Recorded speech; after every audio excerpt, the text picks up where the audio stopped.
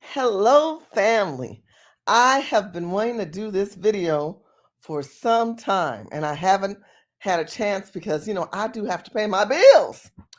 But thank you guys who have been supporting me, watching me, loving me through the decades, because that's how long I've been doing this. But I wanted to provide you information that I think is thoroughly important to help you move ahead in this economy, in this inflation, in this overpricing gassing, and not having clear direction. I wanted to provide a video that is not distracting and pulling you away from your life and having you focus of the gossip and the craziness. Now, grant you, I'm part of that wretchedness because that last couple of videos I've done, especially that one about them two people and last name is Smith, we all kind of burnt out on. I want you to shift your personal energy back to you. I want you to go back, and when I told you with these videos in 2020, I just want to stop right there because I can go back to 2009. Was it 2009? 2008 when I started doing videos from hiphoprepublican.tv to Shirley's World to Urban Game Changers to today. I want to bring you current to 2020 because not 2020, 2022, 2020, because I told you you need to save yourself.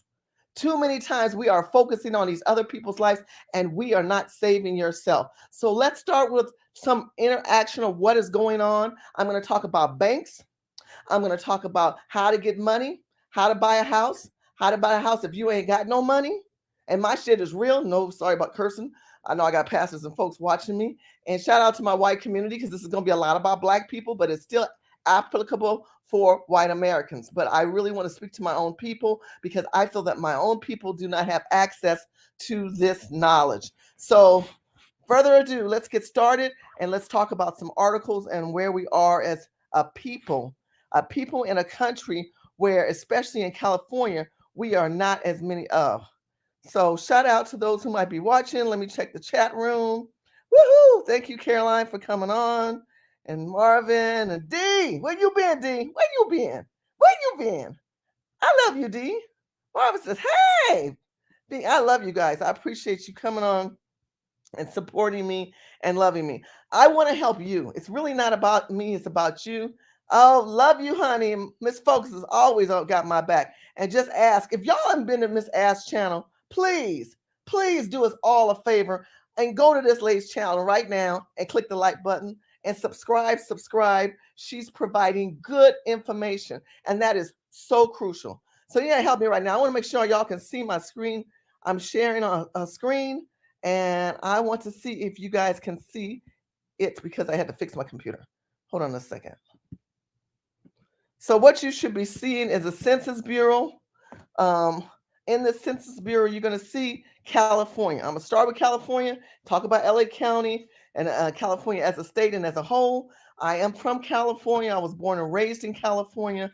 And I want you to see right here where it is sharing that there is 9% Blacks. That says in LA County, California. But overall, these numbers I think are off and on. But I'm going to be honest. I believe there's between 4 to 6% Blacks, and 3% of those people are people who are immigrants, migrants, or claim to be Black. If we start looking at the other cultures of people, we see that they say white people are 70%. But as you know, Mexicans call themselves white in California, and they are 48%. Then you have Asians who are 15%, more Asians than Black people. Okay. And then you have Hispanic Latino and white alone are Hispanic Latino percentage. Now, if you combine these two together, 48 plus 26, okay, you might as well say the damn state is no longer but Latinos, okay? And I don't know where they come up with 70% Black when you got right here nearly 4, 5, 6, 70%, or it's a 73% Latinos. Y'all see that? And you said, Shirley, where did I get that from? The Census Bureau, people, honey. This is the American Census Bureau, so that you can have an idea of where we're at in this country as a people. But we're going to talk about money. We're going to talk about how to get money and why we need to move in this country. We're going to talk about housing and where you should move and why you should move because of the opportunities that are before us and that we need to make changes in that process. Let me read this article by Brooklands, and I want you to hear what they have to say about us as a people. And I'm gonna let's read this, and then we're gonna kind of make a comment after they talk.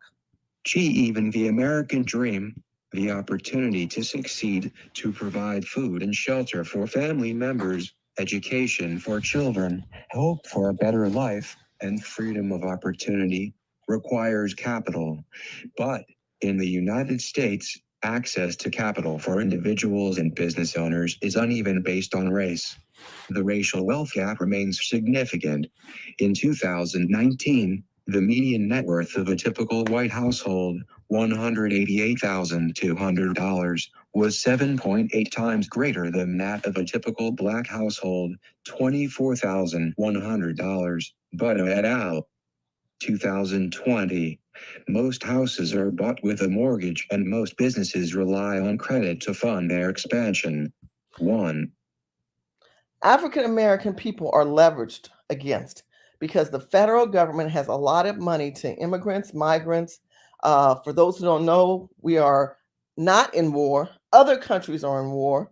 We have all of a sudden had to become part of that situation of a cousin and mother and brother situation, where that's how I look at Russia and Ukraine. Russia is the big brother, and Ukraine is the little brother. And for some reason, we've got involved. They're flying and shipping people over here, and they're giving them money and they're giving them housing. They're giving Afghanistanans Airbnb $2,500 a month to stay in California. So when you talk about African American and the wealth gap, there is a wealth gap because there's a wealth assistance given to these people. But here's the big plus for us. There's also opportunities for us. If we don't know where they are, we won't get them. I'm going to show you that today. I want you to hear a little bit more about this report and over the years about our people. Hold on a second. Ooh.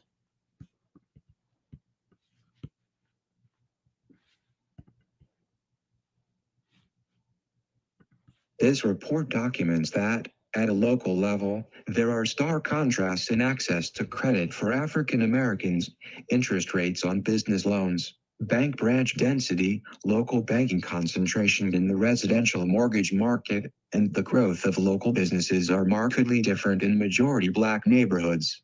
Several policy approaches are suggested. First, a more granular approach to banking supervision may be needed.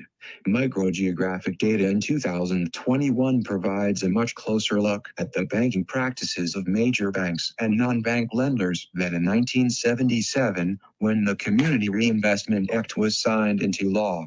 Second, the number of African American minority depository institutions, MDIs, has been declining, and policy or private sector support is likely needed. Pike, 2021. Third, as the mobility of Americans is over. Third, as the mobility of Americans is overall declining, geography matters more than ever. Malloy et al. 2017.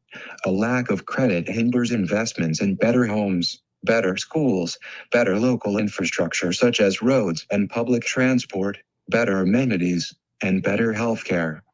Now I want you to hear what this part I want you to understand. Location, location, location, right?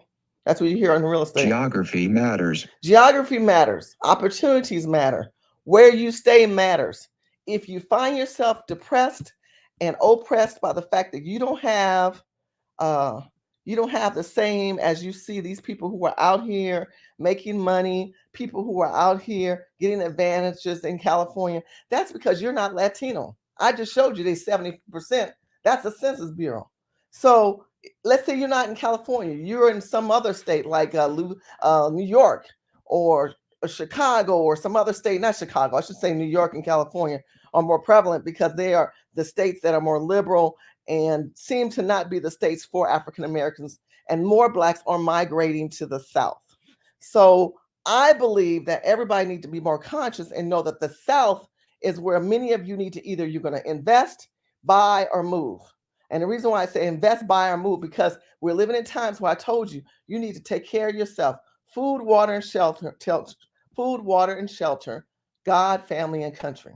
If you don't put God first and you don't have clarity in your life of where you see yourself and your family, you just gonna wake up every day and look in the feed and hear about the Smiths and hear about Ukraine and hear about the gas and hear about the neighbor next door.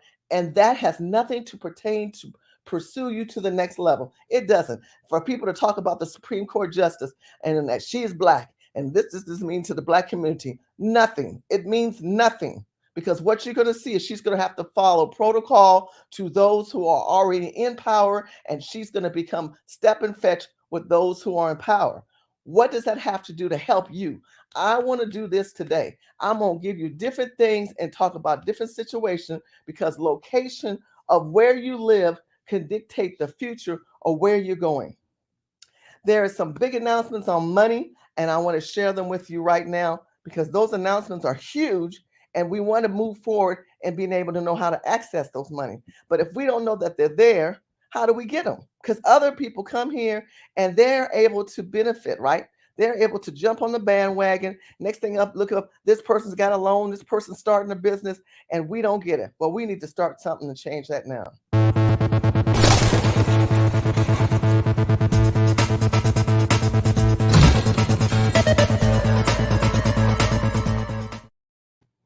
So today's hot topic is actually one of my good friends, Eric Coffin. I have talked about him before. Let's share his video. He has found out some news. This came out April the 7th.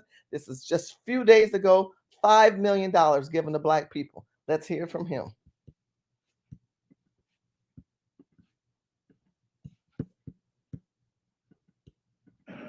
All right, I'm still in Miami. Now I'm at the Cybersecurity Summit, Bitcoin Miami next, Solana Miami. But more importantly, I got a big announcement. Yo, this is good. This is good. I don't have nothing to sell, by the way. Someone I was on the phone with yesterday, CEO of one of the largest lending institutions in the country for black and brown people. He told me yesterday that his company, I'm not going to reveal it because the press release is not even out. He told me that his company yesterday got approved to offer SBA loans up to $5 million. They're going to be one of the first, if not the first, black owned institution that will start to be able to offer SBA loans.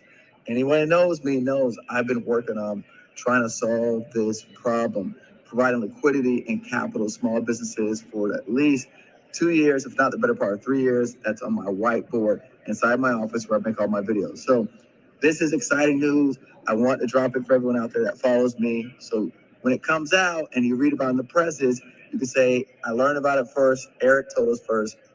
This institution, this is going to change the game because now they're going to be able to create programs that puts money directly in the hands of the people that need it most, you and I and other small businesses. The banks, they do their part.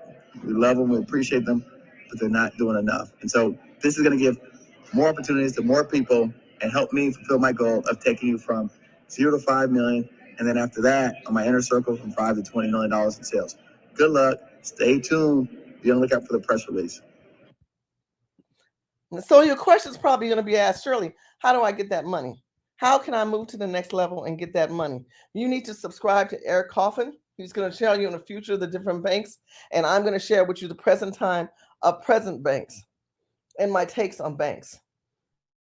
The current banking industry is a very interesting function in the sense that you have banks, you have banking and saving accounts, you have credit unions, you have community banks, and then you have mainstream banks like Wells Fargo, Chase, and Bank of America. I want to talk about the big three first: Wells Fargo, Chase, and Bank of America. Because many times, including myself in the past, I thought those banks were going to really step up forward and help me with my business, including I'm going to throw Citibank in there as well. And what I found out is I'm low fish on the water, okay, compared to the big fish who put their money in there. And now we're finding out the big fish who put money in there aren't always safe either. What I find with these big banks, Chase, Wells Fargo, Bank of America, and Citibank, is that with these banks, you don't have a banking relationship, especially if you bank. If you go to those banks, they're in the market and they go through tellers like hot water. Like last week it was Teresa, this week is Tammy, next week is Becky. That's not how you should bank. You need to first of all write down and get your handy dandy notebook. You know, I've heard me say this before. You need to build a relationship with a bank. And those banks do not work in our best interest. I'm going to give you some banks and some opportunities of banks to go to and where I think you should be investing with. But I want to tell you, those big banks don't respect you because you don't have big money. If you got 5, 10, 20, $30,000, you broke. If you got 100,000, you broke. If you got 500,000, you broke. They don't look at you as an entity of value as if you were to look at the community banks. The first thing you need to do is look at community banks and talk to them. Walk in, say, what business opportunities do you have? What grants do you have? Too many times we go in asking for a loan. Find out as much free money as on the table that you can get because these foreigners and immigrants and migrants can do it. So can you. You go to the bank and say, are you offering any grants? Do you know if there's any grants available? And they will give you some answers. Find out the local chamber of commerce in your area. If you're African American, join the Black African American Chamber of Commerce. Those chamber of commerce stay on point and they are protective for you. They help you in many ways in getting how to get money, how to get loans, how to get, especially like I told you, how to get those grants. Okay, because those grants are what you want. The community banks know your name. I bank with a community bank that when I walk in, they go, hello, Ms. Hussar, how you doing? Which account are we looking out of? When you go to banks in California, if it's Wells Fargo, Bank of America, or any of these banks, and you go in there every other day, it's the same bank. Those people ask for ID all the time. You know why? They don't know you and they're not building a banking relationship with you. All you're doing is creating a depository relationship and getting money out and paying interest and late fees. That's not what banking should be for your best interest.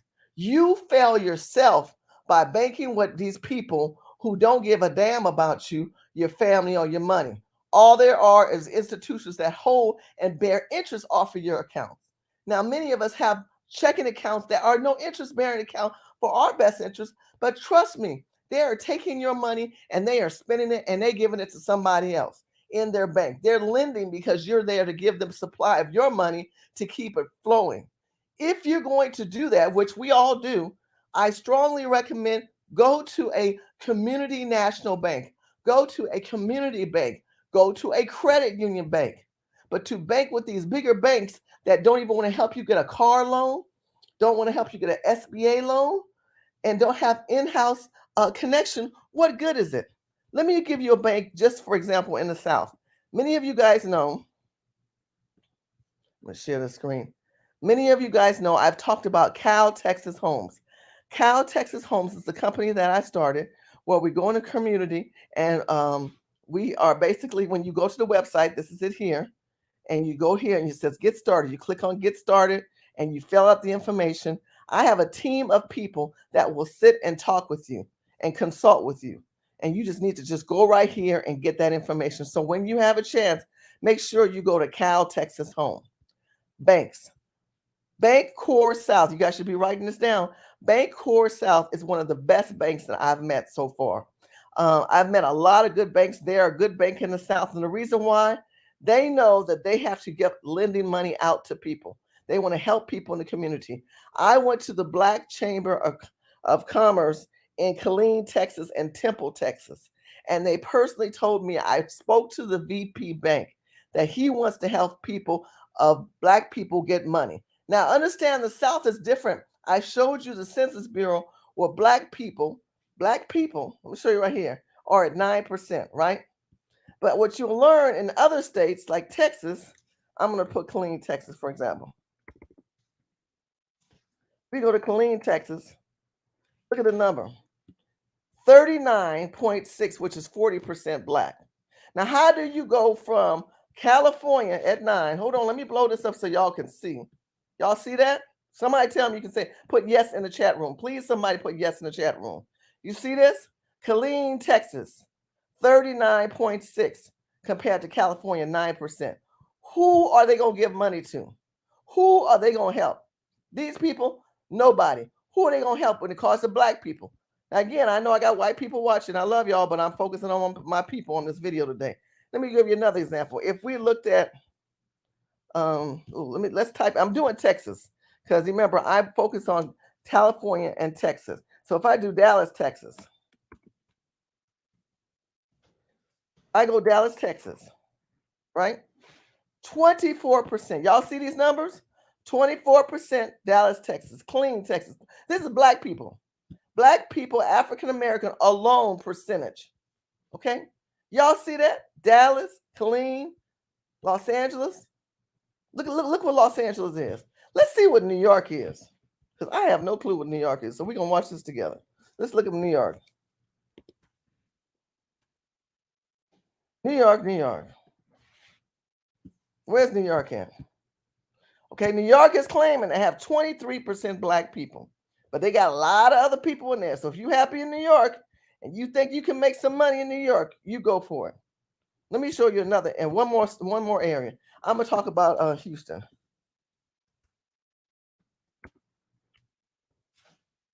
Houston, Texas.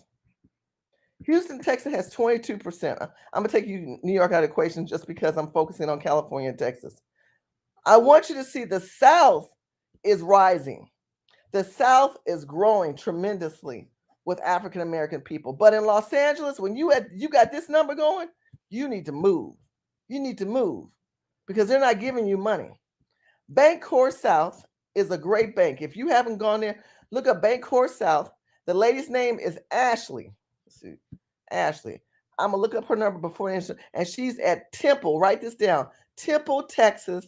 Ashley. She's giving away money for black businesses. Now, this is what Bancorp told me personally. They said, Shirley, we do in-house funding and in-house approval. When you bank with Bank of America, Wells Fargo, Chase, all those banks, you have to go through a larger institute of entities to get qualified. This bank is a more personable bank. I don't get nothing for plugging this stuff, by the way, but I've took my time to build a relationship with these banks. Another great bank of the South is Texas. Hold on. Texas. Oh, Texas Time to Eat is my son. Texas National. Texas National Bank. Texas National. Hold on. That's the one. Okay. This bank right here, another great bank. Just another great bank because they are very prevalent in the community. They're prevalent in what they do. I bank with this bank. Community National Bank. I bank with this bank. Okay. I love this bank. And let me tell you who else banks with this bank. This one right here, Community National Bank. You will see Red Oaks. Let's see how many black people are in Red Oaks. I'm just telling you, you need to know where your people are so that you can get paid. Let's see where Red Oaks, how many black people in Red Oaks, Texas? Now you said, Shirley, why are you talking about Texas? Because again, Cal, Texas Homes. I've done my homework. I can't spell. I have done my homework, and what I have found out is that now look at this. Look at this number. Hello, 31% black people in Texas, Red Oaks, Texas. And where was that bank at? That community bank is in Red Oaks, Texas. Okay, so Community National Bank is all over Texas. Please make sure that you do your homework, get to see where these banks are, and see how these banks really are building relationships from Dallas to Red Oaks to Killeen, Texas to Fort Worth, and it's right over from California. But if we don't take the time to learn about these banks, if we don't take the time to find out where we can advance ourselves as individuals, all we're going to do is whine and be distracted. Are you distracted by all that's going on? We're trying to look at one more thing for you. There it is. Hold on. I'm looking up a Black Chamber of Commerce. I really want you to understand that it is important that you get involved with chambers of commerce. Here's another one. This particular organization, let me show you this one. This one is the one that I just love him. His name is Rodney. And Rodney is Innovation Black Chamber of Commerce. If you have a chance, go to this website, write it down. If you ain't writing it down, share and like this video. I see you guys are chiming in. Thank God, people are in here. I need you guys to please share and like the video and leave comments. Tell me what you're thinking. I know you're typing stuff right now, but right now I'm on a roll kind of showing the videos, and then I am going to come in and answer some of your questions. Anyway, but keep typing them in there so that when I come in, I'm able to address them. By joining these Chamber of Commerce, they help you. Now, Killeen, Texas is right by, hold on, I need water. It's right by Fort Hood. When you go to Fort Hood, you will see that they are making changes to make difference in Black communities. Okay? Let's hear a little bit about what they do and why you should join these wonderful people, which I have become a member of, by the way. From consumers to creators. If we are going to tackle our wealth gap, we have to include our young business owners. Black creators no longer think of their virtual actions as distinct from, in real life, behavior and have leveraged digital platforms, particularly social media, music, podcasting, and creating apps to affect real-world change. Young creators are becoming influencers and digital entrepreneurs, which presents a tremendous growth opportunity in a culturally accurate way. Our youth is our future.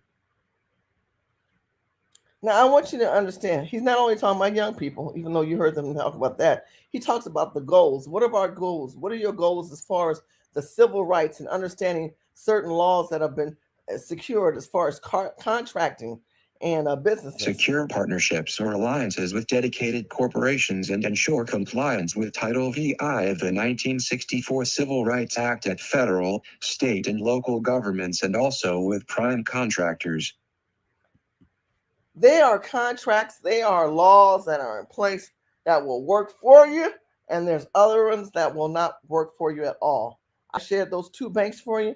I want to give you an example. I still going to go back to Wells Fargo, Bank of America, Chase, and Citibank. These banks are so big that even if you have money, they will play with your life. I'm going to show you.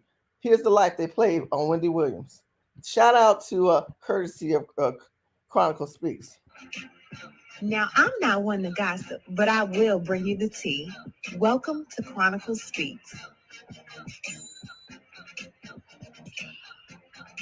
Please, I don't have any time for any bullshit now. Eh? Yes, we got you. Wendy. Isn't that how Whitney Houston said it? Wendy, I swear you are in need of an Olivia Pope on your team. I went back through the documents this morning, and according to the new documents uploaded today, Wendy is suing Wells Fargo for a whopping $75,000. Wendy, no. No. Wendy is currently... Now, you guys might say, Shirley, this is old news. I know it's old news. Hold on. Don't believe me yet. I'm not trying to promote old news. I know it's old news. I want you to hear what the bank put in place to be able to do what they did to her. See, y'all don't know. They create these laws within laws that work in your disposition to work to disable you, but you put your money in these kind of banks.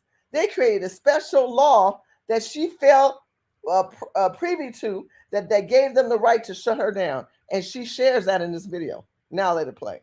In a heated court battle with Wells Fargo and their disgruntled employee, Ms. Lori Schiller, who claims Wendy is not of sound mind, the way they are playing with your life and halting your money and messing with your funds, $7 million for me off top. They got it. They make $75,000 alone off of interest of your money while you're asleep. And most of us consumers don't even know it. If you don't know, Wendy is in a heated court battle with Wells Fargo Bank, and Wendy can't touch her funds because of it. We're going to get into that and the new documents and more. But before we get into that, be sure to subscribe to this channel and hit the bell for notifications so you don't miss out on any of this tea. Now let's get back into it. Now, as you all know, Choke No Joke broke the story last week that Wendy Williams was currently going through it with Wells Fargo due to them freezing all of her funds. Wendy isn't able to. So I'm going to stop. She put her money in Wells Fargo, right? She had one of her assistants who used to work with them. They started working with Wells Fargo. She had a difference with them. That's why I'm speeding this video up. She had a difference with them, and they created a document that gave them the right to do what they're doing to her. look at her accounts online. She can't pull any money out. Wendy can't pay her mortgage, her employees, or anything else because of this disgruntled employee. Now, I told y'all they're currently requesting $75,000. I personally do not feel like that's enough. I'm not an attorney, so I don't know if that's all they can request. I hope with this being Wendy, they can request for more, but this case has currently been assigned to the commercial division, and they're requesting for judicial intervention addendum. Now, within this addendum, they're saying that there has been a breach of contract or fiduciary duty, fraud, misrepresentation, business tort, unfair competition, or statutory and or common law violation where the breach or violation is alleged to arise out of business dealings, and they're saying this is sales or assets or securities, corporate restructuring, partnerships, shareholders, joint ventures, and other business agreements. Now, y'all understand, this is her money. She's got to get attorneys to get her money out of where? Wells Fargo, right? I told you. Now, you know, she's shutting all her accounts out of there probably when all this is over with, which is, from my understanding, it's still ain't all over with. But just the fact that they could do this to her, that means they could do it to you. They could do it to anybody, if black, white, blue, green, or purple. But the interesting part is New York has specific laws, and you'll hear in this video real quick, that will allow them to disrupt your life and cut you away from your assets. Trade secrets, restrictive covenants, and employee agreements, not including claims that principally involve alleged discriminatory practice. Now, they also have checked off business transactions involving or arising out of dealings with commercial banks and other financial institutions, application to stay or compel arbitration and affirm or disaffirm arbitration awards and related injunctive relief pursuant to CPLR Article 75 involving any of the foregoing enumerated commercial issues without consideration of the monetary threshold. Now, this is the money that Wendy's wanting. It says plaintiff petitioner's claim for compensatory damages, exclusive of punitive damages, interest, costs, and counsel fees claim $75,000. And I really had to say, okay, let me make sure I ain't missing no zero. No, that's really $75,000. And with it saying exclusive of punitive damages, interest, costs, and counsel fees claim, she can get more than that, but that's just the base of what she wants. Considering Wendy isn't a basic chick, I would basically be asking for more, but that's just me. But like I said, within that fee can go up, but that's just the base of what they're asking. And I'm going to go over this new document that was uploaded today. We're not going to read the whole thing because y'all have so much to say about me reading the whole thing before, but Wendy pretty much is affirming that she is the petitioner. She's of at least 18 years of age, and the reason why she is claiming she's not getting her money. So let's get into this part. This request for relief arises from, among other things, Wells Fargo failure and refusal to reopen my personal business, deferred compensation, and investment accounts, and unfreeze my financial assets. Like I told you, when you see yourself with a bank that's not partnering with you, they are making it hard for you. You find yourself having checks that bounce and bounce and bounce. You can't even sit and talk to the VP. You can't sit and talk with some of the head tellers because they're so busy, or you got to sign your name in and wait for them to call you like having a chicken dinner that you ordering to go. You need to get your money out of these kind of banks. And I know that there's personal bankers at this level because we all know who have great wealth, that there are personal bankers. And so they're supposed to get more personal attention. But again, these larger wealth institutes aren't offering what I showed you in those smaller banks, especially the ones in the South. Which has caused and is causing imminent and irreparable financial harm to myself, my family, and my business. For more than 2 weeks, Wells Fargo has repeatedly denied my request to access my financial assets, which total over several $1 million. I have submitted multiple written requests to Wells Fargo, and I have visited various Wells Fargo branches in the South Florida area in effort to resolve this matter outside of the courtroom. To date, I have submitted and made over a dozen requests regarding the financial damages resulting from Wells Fargo's decision to unlawfully deny me access to my account. As a result of my inability to access my financial assets, I have defaulted, and I am at risk of defaulting on several billing and financial obligations, included but not limited to mortgage payments and employee payroll. In response to my request, Wells Fargo has informed me that the determination to deny me access to my account is based on the advisement of my former financial advisor, Lori Schiller, who alleged that I was of unsound mind. Despite my decision to terminate Schiller as a result of her improper conduct in relation to my accounts, Wells Fargo continues to deny me access to my financial assets and statements. So this woman used to work with, her name is Lori. Y'all, some of y'all know the story already, but I know for those who don't know it, there was someone that was worked, her name was Lori, and she worked for Wells Fargo, and they recommended to have her stop getting her money. Now, it's just amazing to me. It's just amazing to me how these bigger institutes can do what they do to you.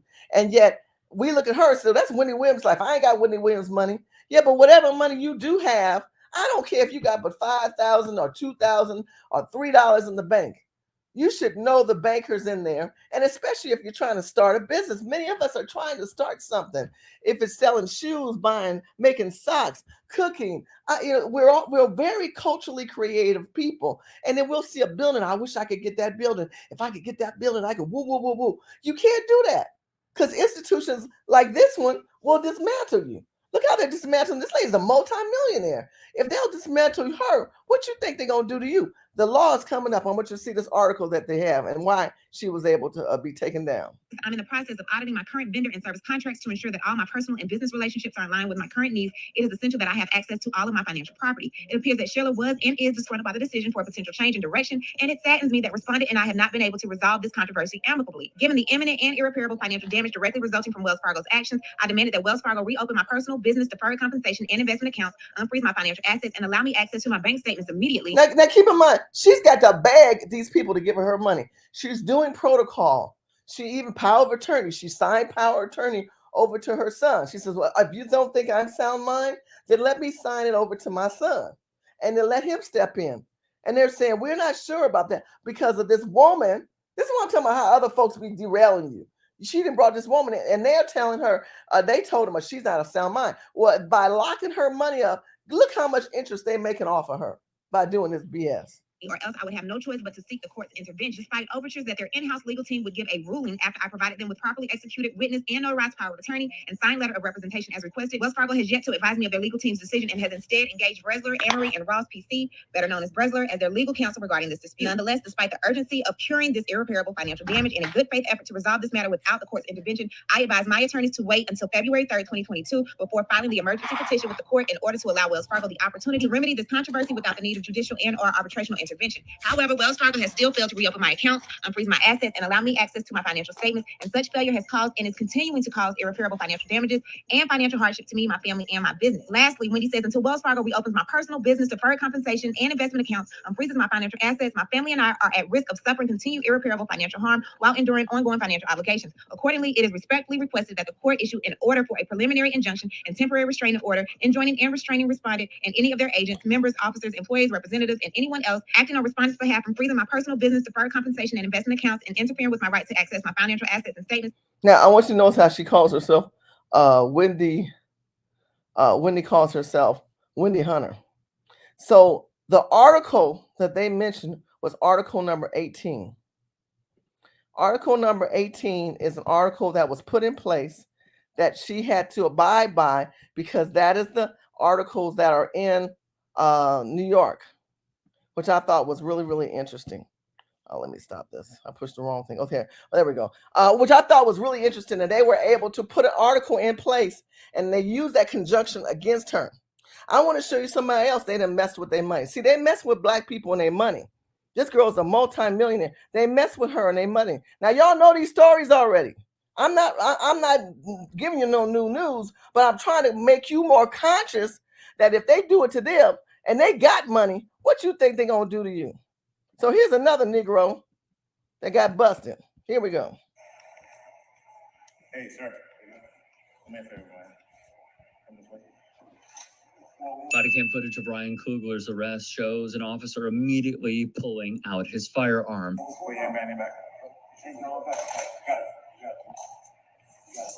Got it. Is there any reason y'all doing this, bro? Give me 1 second. Hold on. What's going on, my man? Trying to pull money along. You said what? Yeah, it's your fault? Yeah, sure. Kugler, who's directed Black Panther, Creed, Fruitvale Station, Judas and the Black Messiah, along with countless others, was placed in cuffs over the dumbest of reasons. You come on my right side, I got a badge on hanging off my knee, my work badge. And it'll tell you everything about me. And if you just run my name, you'll understand why you should take me off these cuffs. TMZ, rightfully so, blurred the work badge. Kugler respectfully tells them why they have made a mistake. 1 second, somebody take my glasses off my face. Take the glasses. Panic attack, bro. I got you. You need some air? I mean, I gotta be honest with you, man. I just can't believe this, man. Is that my family baby nurse? Y'all have her detained right now? Who? The baby nurse, the Filipino woman on the back seat. Y'all have her detained right now? Yes, she's being detained. The officers then tell him the folks he was with were detained as well. From what we Hold on. Can y'all see this right here? Hold on. Look where that arrow's pointing and tell me what bank that is. What bank is this? Bank of America. Who did Wendy Williams fuck with? Wells Fargo. Who did I tell y'all need to get away from these banks? Get away from these big bank institutions. There are some older community banks that have been around since the 1800s. and they will know and respect you. They be happy to get your multi-million dollars, Coogan. Miss Hunter, get your money out of these banks that don't respect black people. Now, I just want you to see, ding, Bank of America. Let's keep going. And tell him the folks he was with were detained as well. From what we got the call, it seemed like someone was trying to rob the bank. Something about you passing a note to the teller, something to that effect. It's a medical assistant that works in my office that prefers to be paid in cash. Every time I make a withdrawal to pay her, you know, because it's a large amount, she works a lot. Yeah. You know, if I don't write down on a note how much I want out, and then I don't want it ran through the money counter right there at the desk, the whole bank ends up looking at me because they just hearing money going through the money through the account. Have you ever considered speaking to them about what it is you're trying to do? So can I explain something to you, bro? I went to CVS out here the other day to get a vaccine. I came outside and smelled like smoke in the parking lot. You understand what I'm saying? I was getting a vaccine. Yeah. I'm not trying to f around out here, bro. Like, I'm not saying out loud how much money I'm taking on. That's why I'm writing down. I'm not talking about speaking to somebody like that. I'm saying. And I'm gonna tell you, this whole thing is a big mess. So he passed this woman a note, so that was a little questionable, right? And you black, that's questionable. And you wearing glasses, and I'm sure he had to show ID. And she could have said, "Sir, can you take your glasses off, pull your mask down?" And she could have pulled herself back and said, "Oh, this is Ryan. Let me get his brother his money." Oh, and I'm gonna say, "Why are you giving me a note for this?" Because I don't want it ran. No, this was a black teller who called the cops on this Negro. Now, what was the biggest problem? I told you, he does not have a relationship with this bank. He obviously lives in this community or wherever he's living. And you're going to tell me you go to this bank and they don't know you? I'm telling you, I go to my community banks and I walk in. How you doing, Miss Hussar? They know me. Mask on, off. I go in with different hairs. Y'all know I be wearing my different hairs. Y'all know I'm coming in fly. I'll come in and look like Shaniqua on Thursday. I don't care. It's my money. I'm going to get my money out. Ding! This brother has to justify to the cop. Then the cop going to tell him, when you get your money, you need to do the... Now, who says this cop has the right to dictate to this man how he does transactions? That's not your job. I thought your job, officer, was to serve and protect. Now you're going to tell this black man, you're going to have to step and fetch a little different, Negro. You're going to have to step and fetch a little different. Listen what he's got to justify to this officer. So can I explain something to you, bro? I went to CVS out here the other day to get a vaccine. I came outside and smelled like smoke in the parking lot. You understand what I'm saying? I was getting a vaccine. Yeah. I'm not trying to f around out here, bro. Like, I'm not saying out loud how much money I'm taking on. That's why I'm writing down. I'm not talking about speaking to somebody like that. I'm saying, hey, can I speak to a manager in an office somewhere? Have you ever considered doing something like that? I'm gonna consider it now that y'all two guns on me. I was trying to take money out. But up to this point, every Bank of America I ever gone to in my entire life just never happened. Gotcha. You know what I'm saying? Mm-hmm. So y'all explaining y'all perspective, right? Yeah. Y'all the ones with guns and vests. Mm-hmm. You know what I'm saying? Mm-hmm. What's my perspective? There's a lot to cover with this story. I put my own card in, put my own pin in. She asked to see my ID. I gave it to her. Yeah. And she goes in the back, and I'm waiting for the and then the people keep coming out. Hey, they taking care of you. They taking care of you. It's taking a little while. Next thing I hear. I hear Glocks getting pulled out. That's what I hear. I hear Glocks getting pulled out from unholstering. Hey, sir, can I talk to you for a minute? You know what I'm saying? So you see my perspective. Check out the Blue Lives Matter flag spotted on the officer's arm, by the way. Y'all are withholding right now, right? What are we withholding? So I call Atlanta and I say, hey, Officer Fernandez. That? Yeah, that would be me. I got first initials on your name, right? Yeah. Why they not on here? I'm gonna give you a case number. Why they not on here? Let's put the first initials on here. Like I got on your jackets. That's why we're giving you the case number. Dude, calm down. It's my badge number. You tell me to calm down. Yeah. Okay. Yes, I am. See, then they try to say, you need to calm down. You're black. Now, is he asking anything irrational? He wants to know your name. Now he's scared. The little Mexican cop talking, by the way, I believe he's Latino. And the black cop, he said, give me your full name. Don't give me these initials. I want your full name. This is what I'm talking about. The misconduct and the disrespect that we get in money and the banking industry. I showed you what Whitney Williams is going through. I showed you Bank of America, and you see what Ryan went through. Mr. Kugler seeks further info. An officer tells him to calm down, and then he doubles down. What's on the note, ma'am? It just says I want to withdraw $12,000. Just be discreet. Is this an actual customer, or are they trying to rob the bank? They had a debit card and he inserted it. He gave me a California ID. The audio from police dispatch has been released, and the teller admits he had a debit, the PIN, and his ID. Who robs a bank with all three of these pieces of info? We continue. But he inserted his debit card, and then I asked for his ID. He handed me his ID as a California ID.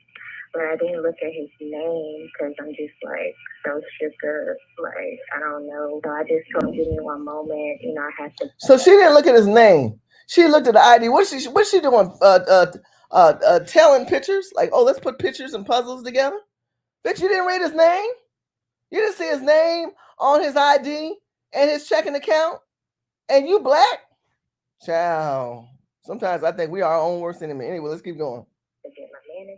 Okay, so none of his interface. See, I told you, these big banks, they got some incompetent workers. They come in like on Tuesday, they get fired on Monday, the next Monday. This is why these bigger banks don't work in our best interest. I'm showing you two examples, Bank of America and Wells Fargo. Information was even verified. Okay. Wait. He gave you all his info and you didn't look at his name? Then you didn't verify anything? As Xavier Pope wrote, Ryan Kugler's 911 call clearly shows the teller admits to receiving ID and not looking at it.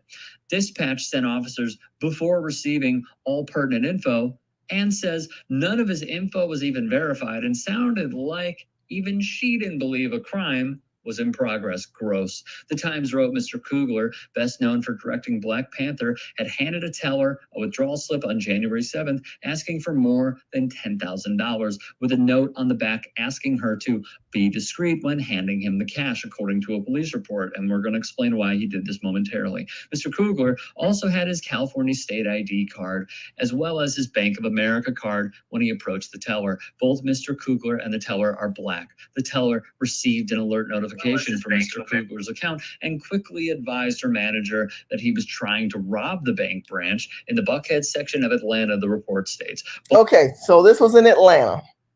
So he was not from that area. I'm going to give all the links below so that you guys can watch these videos in full. The point I wanted to make in showing you this video, that particular video, is to understand that these bigger banks do not work in your best interest. So what do you do? But let's say it's another level. I'm going to show you another celebrity. Let's say you are a celebrity and you have a reality show and you are bigger than life. You bigger than life. But guess what? You're doing what a lot of people in America do. You're doing a lot of things like a lot of people that I know even in LA do. And that is commit welfare fraud. Why are you doing welfare fraud? You a celebrity. You got a reality show going. But yet, you got caught for welfare fraud. I'm going to tell you why a lot of celebrities and folks you think got money, they don't get no money. They don't have any money. They're not investing. They don't own anything. They just get their money and they spend. Here's an example. This is an old story, but I want to show you there's different levels of Negroes and how we got to get a hustle on. Not only we get harassed by banks, we go after the federal government. We say, Mr. Federal Government, I need some money. And you giving it out free for everybody. While you do that, I'ma still hustle my job. I got people in LA that work a regular job, but they got welfare, they get WIC, they got an EBT card, they got all kind of stuff. But when you are a big name, like somebody I'm about to show you, they didn't know how to say, oh, I need to stop getting this because I got a reality show. Why am I committing fraud? Why don't I stop this? Girl, come on now. I love this man. Y'all don't know who I'm talking about by now? I'm going to help you out. Big Frida, let's go. Good evening. After admitting to defrauding the government, Big Frida was given 3 years probation. So take a look at this video. Our cameras were rolling earlier this afternoon as Big Frida was entering court. Now, his legal name is Freddie Ross Jr. In addition to probation, he will pay back $35,000 and will perform 100 hours of community service. Now, in court today, Ross stated, I should not have filed for public assistance from 2010 to 2014. And he had a reality show going on. And he filed to get that money during the duration of the reality show. You know, Big Frida, booty bounce, bounce, bounce, bounce. I love me. Shout out to Big Frida, by the way. I love me some Big Frida. I love me some Big Frida. I don't know why, but honey, I love watching Big Frida. And they got a marathon going on with Big Frida, and sometimes I get hooked. But the point of the matter is, this boy was defrauding for 30,000. That ain't no money. You can't tell me that's a lot of money when you got a reality show and you booking shows and you got a staff and you got 2 managers. Come on, Big Frida. We spoke with his attorneys after court. Take a listen. Our hope is that Frida can get back to the business of representing New Orleans in a positive way around the world, and move on from this unfortunate. So Big Frida did move on, just to let you know. And one thing that was just interesting about Big Frida is that Big Frida, let me try to hold on. There we go. Big Frida admitted, he said, look, I know I was wrong for taking that money. And they almost give that man 10 years in prison. He almost got 10 years in prison. And you know what they do with these privatized prisons, they got to meet their number quota. Now, because he's famous, he had an attorney. They didn't find him to be a menace to society. But a lot of brothers and sisters get locked up because they got to make them quotas for them privatized prisons that were created by them Democrats y'all love so much, including the cuckoo for Cocoa Pops president and that wannabe black vice president that's in office, that Indian woman that claims she be black, and them Delta Alpha, whatever she is, them Alpha sorority people who claim her, who she's done nothing for you. So let's move forward. I've told you banks that don't help you. I've showed you banks that will help you. And now I'm going to show you other institutes that will help finance you. You're going to need to be financed, right? Because you're telling me, hey, Shirley, I want to be financed and I want to learn how to grow my business, or I want to buy a home. Many of you guys need to buy a home and you need to move. You need to move. It's time to move, because if you're not moving, somebody else is moving ahead of you. If you're not finding yourself being able to balance your money, and then you have to understand, there are people working against you to push you out. It's called leveraging against you. And if you don't know how to leverage to make it work for you, then you're going to have a problem. You got all this technology, all these ideas, all these things showing you, and you are so busy being distracted by celebrity bull crap and wars that you can't do nothing about. You can't do nothing about. And if you're in California where you're at 9%, which technically is like 6 to 9%, because 3% you got them Africans and not El Salvadorians, but Africans, Belizeans, people from India, everybody claiming to be black, right? All these people claiming to be black, and yet the black people don't get no benefits. Now somebody talk black to me. Shout out to Vicky Diller. I love me some Vicky Diller. We are enslaved to these banks, these big banks, like I told you, Wells Fargo, Chase, Bank of America, Citibank. And yet you guys are not paying attention to the banks that could help you and get you out of this enslavement. I told you and showed you just now, smaller banks. I want you to look in your community banks. I want you to learn about the Black Chamber of Commerce. I want you to look at the regular Chamber of Commerce. And I want you to go to and learn about the money that's out there for grants. The first thing you need to understand is your bank. The second thing you need to understand are the grant monies that are out there, so that you can petition and you can break free and understand that how can I get better and build a better life for myself. If you don't do a thing to make yourself have a better life, then you're going to fail yourself. And I don't want you to see you fail yourself. I want to see you move forward. Now, again, this video is about banking and housing and locations of housing. And I want you to understand, I believe the South is some of the best places to live. And I believe that Black people should move to the South, because what I'm finding over life and time is that these other areas aren't working in our best interest. But before you move to the South, how do we get to the mindset as Black people that people have influence to us? We put our money in these big banks, and these liberals, these white liberal women particularly, are targeting, tracking, and progressively been moving after you since the 70s. I want to show you an old show for the old people and for the young people who don't know. There's a power of influencement, right? Subjective messaging, subliminal messaging that have been instilled in your life and your parents' lives, and you don't even know it. And because you don't even know it, you have the ideology of conforming and accepting this, not knowing it's of your demise and the destruction of taking away from the Black family. The Black family is broken because we've allowed these liberal progressive women and their ideology to pull you away from your Black man. We used to work together as a family. We used to see ourselves with our uncles and our grandfathers and our alpha Black males. But we don't see that today. And the reason you don't see that today, because you have these progressive women who speak bad on their husbands. I'm going to go back to this one. I'm going to stay away from this story. As you know, recently she said she did not support him in his actions to protect her or speak well of her. This kind of woman is not the Black woman that I knew as a child, that really loved her man, and that Black man who protected her and said we're in competition with each other. But I want to show you a show that happened in the 70s that supported that method and had that ideology instilled in you as a child. This show was called Maude. Maude was a liberal, progressive, middle-aged white woman. I want you to hear, and that was a Democrat. Listen to the story. Maude stars Bea Arthur as Maude Findlay, an outspoken, middle-aged, politically liberal woman living in suburban Tuckahoe, New York with her fourth husband, household appliance store owner Walter Findlay, Bill Macy.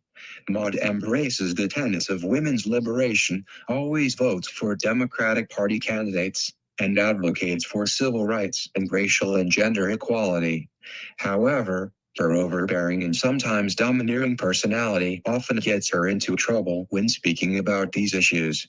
Now, this white woman that was played by Bea Arthur, rest in peace, I thought she was a great actress, in the 70s was on the air. I think it was on the air for 71 to 78, to 1971, 1978, showed a progressive white woman. This show came out of the era of the liberated white woman. As you can see, she had 4 husbands, and she was married to her 4th husband, who was on the show, Walter. And Walter didn't put up with her stuff, but he put up with her stuff to a certain level. So she needed a Black maid. She said, I got to get me a maid, and I got to help Black people. Have you noticed all these liberal white women act as us as a charity case? This started in the 70s, and I want you to see sections of this show. Come on, you see Black and you melt. Not true. It is. A Black maid says hello, you say I'm sorry. There she is. That's the housekeeper. Carol! Hey, Carol! Carol, don't you dare open that door. Straighten up the place. Fluff up some pillows or something. Be right there. Carol, listen, from that look on your face, you are going to scare that poor woman to death. Carol, you don't know how frightening it is for them to come into a brand new situation in a white household. I, for one, intend to make her feel warm and welcome. Well, hello, you must be Mrs. Evans. I hope you didn't have any trouble finding us. Oh, no, ma'am. I heard you all the way from the bus stop.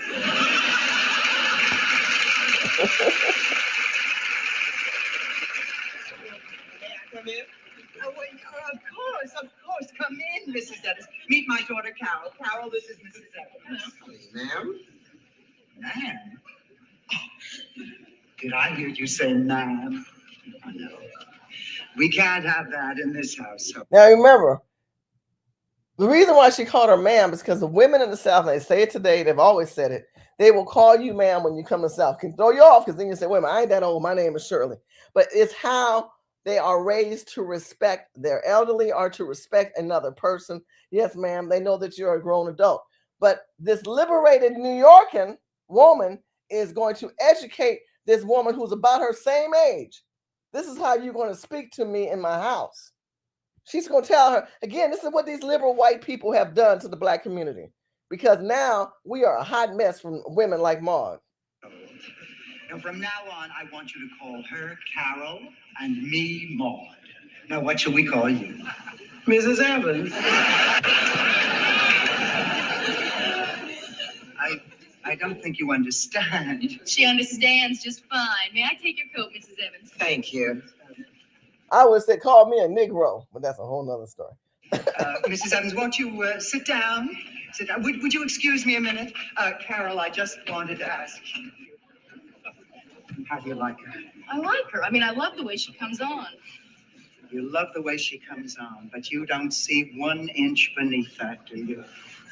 Obviously, the poor woman is frightened to death.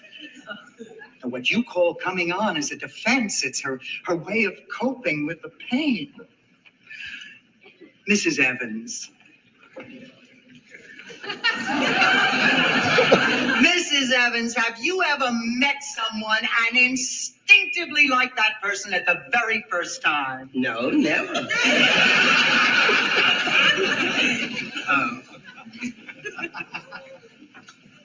This is a big house you have here, Mrs. Finley. Yes, but it cleans like a small. Oh, now look, the thing that we have to get straight right off the bat is that in this household, we are all on a first name basis. I mean, even my daughter calls me Maud. Now, what's your first name? Florida. Florida. Oh, you were named after the state. No, I was named after my aunt. Oh, and she was named after the state. No, she was named after her mother. Oh, her mother Was named after an orange. You see, they was picking them down there. And she went into labor right in the orange grove. Now she's playing her because she's like, you keep asking a lot of evasive questions. So I'm going to play the yes, ma'am. We were picking cotton, and that's where I got my name from. Had the baby 10 minutes later. They was either going to call her Florida or Sunkiss. Now you know the whole story. Fascinating. Fascinating. I mean, the things that come out of your culture are so rich, so juicy. I got one about an apple, I'll tell you something. And she thinks it's real. Oh, did she get it now? I like you, Florida. You're funny. Thank you, honey. You know, Florida, you and I have a great deal in common. We do? When I was young, we were very, very, very poor. As a matter of fact, for the first 7. Now, then notice how the liberal white woman looks at you as a needy person that we need to tend to, we need to care for. And I know you're poor. I know you're poor because you're Black. That whole image still personifies today with the liberal white woman. You Black, needy Black people, let's care for you. But they've lifted and shifted their energy towards the immigrant. Now you are a disposable culture of people. You are a culture of people that are on the verge of extinction due to the homelessness, the recklessness, and the fact that privatized prisons are targeting you, like they've tried to do with Ryan. Here's this woman going to turn him in for his money, and if he wasn't who he was, he probably would have got arrested. So I want you to see where all this started from. This whole liberal progressive shows and ideology, this era of the liberal woman finding a needy vessel, and at that time it was the Negro. 7 years, I had to share a bedroom with 2 sisters. That many?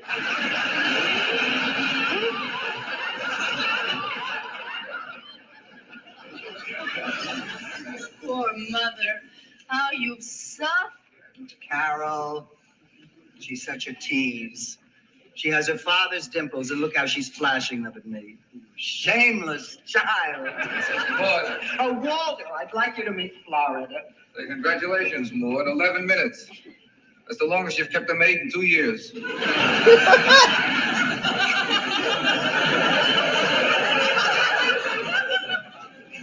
Walter, there's a thin line between between love and hate. And you're erasing it. Florida, I'd like you to meet Mr. Findlay. Hello.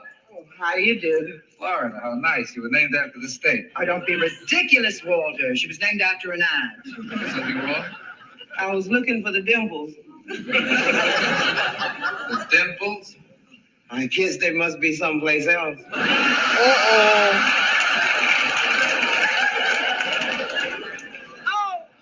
I'm sorry, Florida, I forgot. Mr. Findlay isn't Carol's father. You see, I was married before. A lot before. God will get you for that. When you have a chance, you've got to watch this show.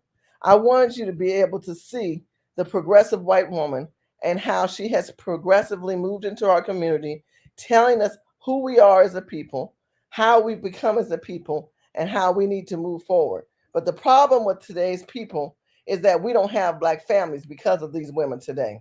The problem with the American Black family is that our minds are so into self. I don't need a Black man. I can raise my child myself. I don't need a Black son. If he don't act right, he can go to prison. I don't give a damn. I'm old now. I tried to help that nigga. All that kind of attitude has failed us. Our Black men are emasculated. They're so freaking feminine because they have aunts and they've got mothers and grandmothers and sisters and female cousins, and they don't have any Black male influencement in their life. And the reason of that, or know how to build wealth, or how to provide or provision for the family, right? Because we're talking about Black banks and money and how to get money. But you need to have a team. You need to have a family. You need to have someone you can build with. And let me say this, if you got family members that are in that category that I talk about, don't feel bad. Just restructure yourself. Find people who add value to your life. Look for people who have something to bring to the table. If you're the smartest person in the room, you are failing yourself. You need to take yourself to another level. You need to go up to meetup groups. You need to learn about baking. I just showed you Eric Coffin. He just told you seminars that he's going, and he's talking about cryptocurrency, and he is talking about cybersecurity, and he is talking about ways that the government is giving $500 million for those who just chimed into the show. I want you to understand that Eric Coffey, let me go to his channel one more time. I want you to understand this is a Black man that wants to help you. But if we sit back and we have people in our community, let me show you his channel. Let me rewind this. This video ain't nothing but a minute. All right, still in Miami. Now I'm at the Cybersecurity Summit, Bitcoin Miami next, Solana Miami.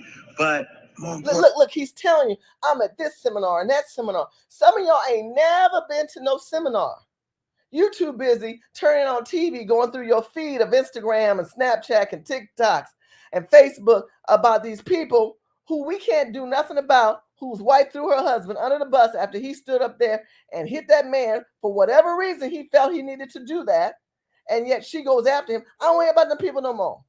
I don't want to hear about YouTubers who like me or don't like me. I don't give a crap ass if people like me. I go on different shows. I have people call me that.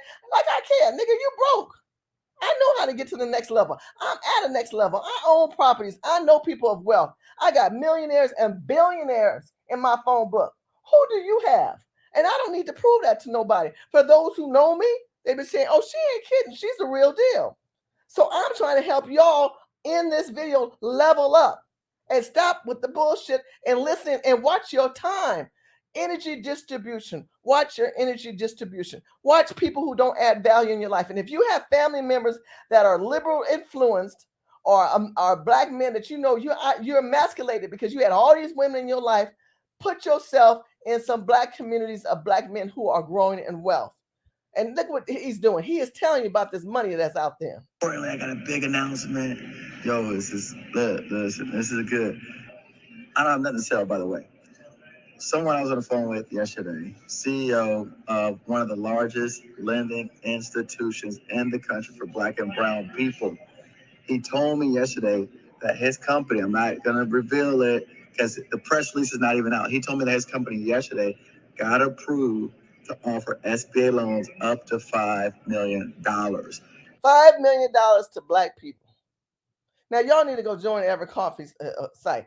And like I told you, mindset. What I like to say for folks is this is a mental game. This is mental game. So you've got to have the mental fortitude, and it's really hard to have that when you're not around like-minded individuals or people that can comfort and support you in your times where things aren't going the way that you believe. Things aren't always, you're not as encouraged that day. You don't wake up on the right side of the bed. You don't feel so cheery and with glee. And those are the things that we want to be there to support you, because the journey is a long one. This is not a sprint, it's a marathon. And if you plan on being in this for any sustained period of time, you're going to need to be with folks that support you, encourage you. What I say, you need to be with people that support you and believe in you. This gentleman, you need to go and sign up right now and subscribe to his channel. And you say, well, sure, he only got 23,000 views. Hold on, 23,000 subscribers. Y'all think it's about these numbers. It's the value and the quality of subscriptions you go to on YouTube. Let me say that again. It's the value and the quality of subscribers that are providing you knowledge. And this man right here, Eric, is doing that. And that's what I want you to realize.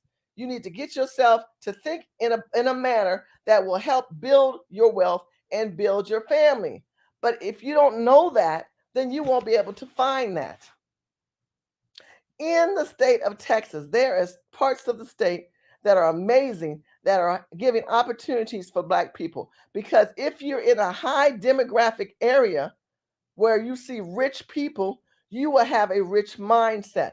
Now, again, shout out to my friends and family who follow me who may not be Black, but this is the channel where I'm talking about today, the Black excellence, the quality of who we are as people, where we are failing and where we're succeeding. We already know the failures. The first failure is you don't have the right mindset. You have not sat down and understand that these big bank institutions are not working in your best interest. You need to know your location, and you need to realize if you sign up at caltexashomes.com, shout out for Cal Texas Homes for sponsoring this video and all of our videos. We are out there. We have a team of California people, realtors, and California who are moving to Texas and telling why they moved to Texas and what is the best benefits for them. Because there are Black people who are moving to Texas, and they are going to tell you why. I want you to see this one video of this sister have shown why she moved. Some of y'all need to move. Get out.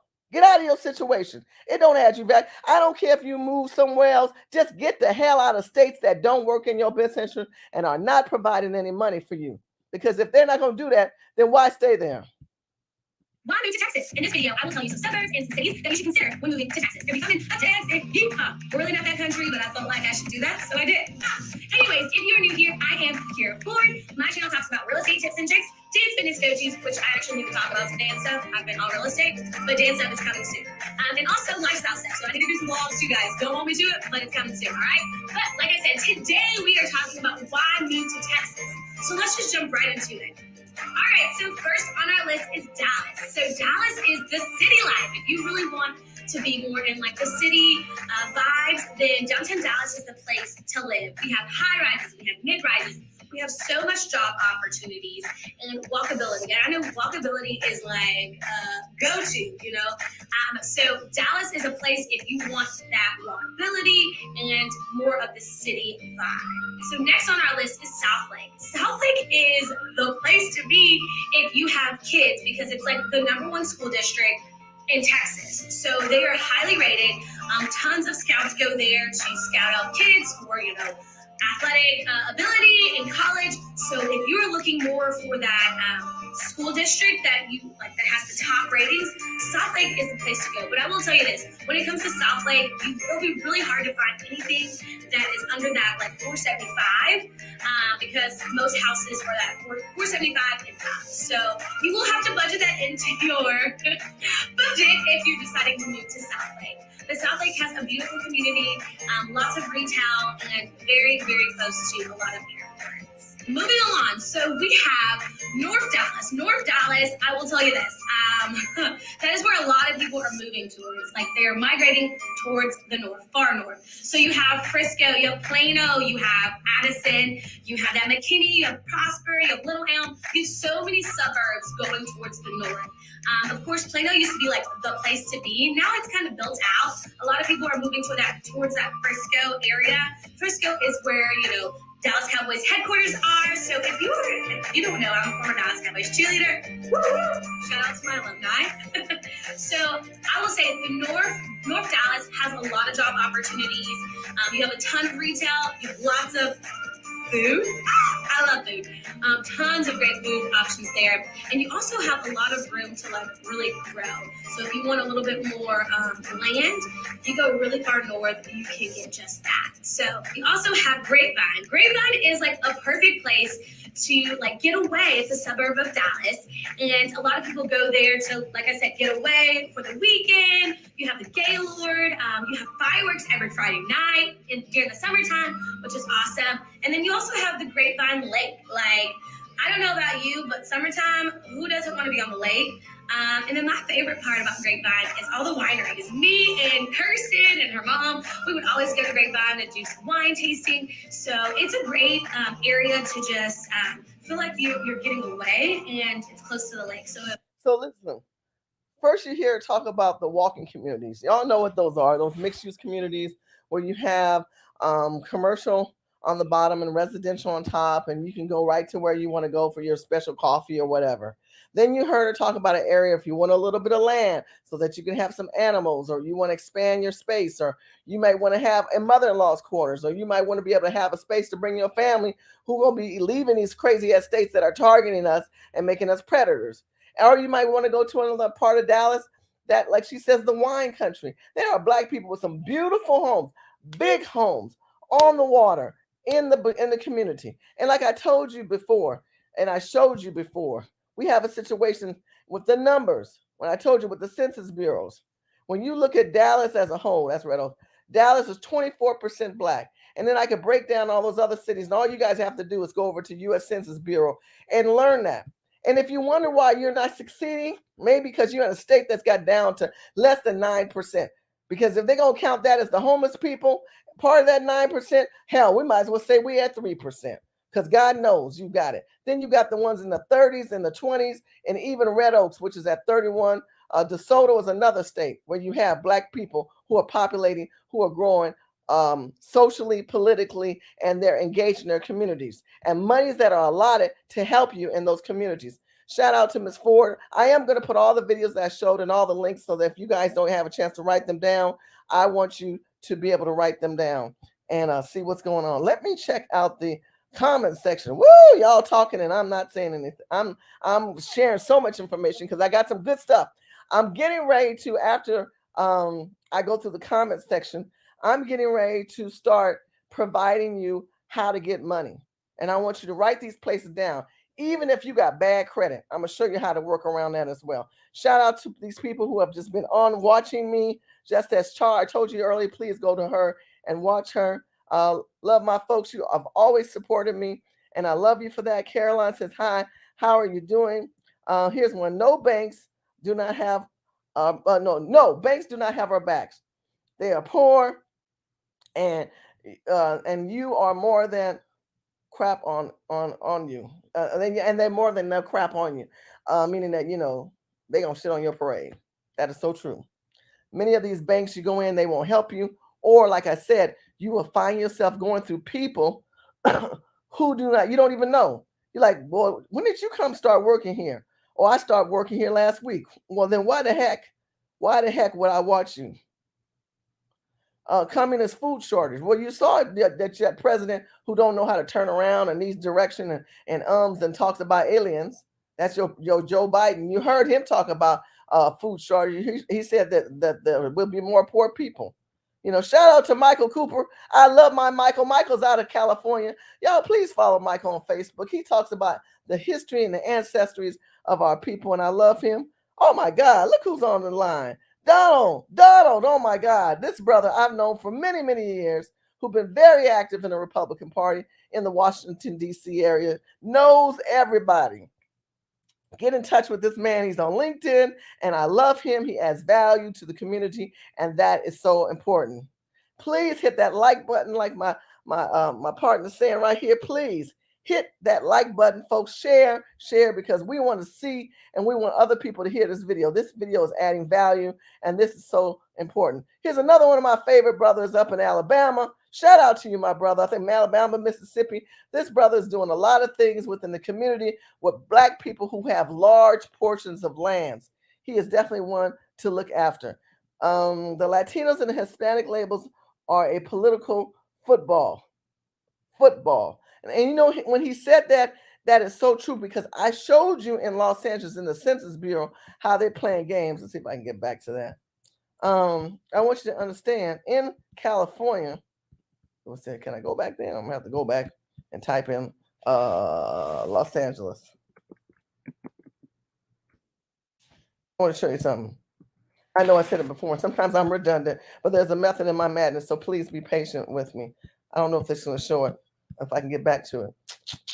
Yeah, I went to another aspect. They show Latinos in two different Census Bureau category. Watch the earlier part of this video, and I found that to be interesting, because if you're going to show, I mean, you guys can't see what I'm trying to find.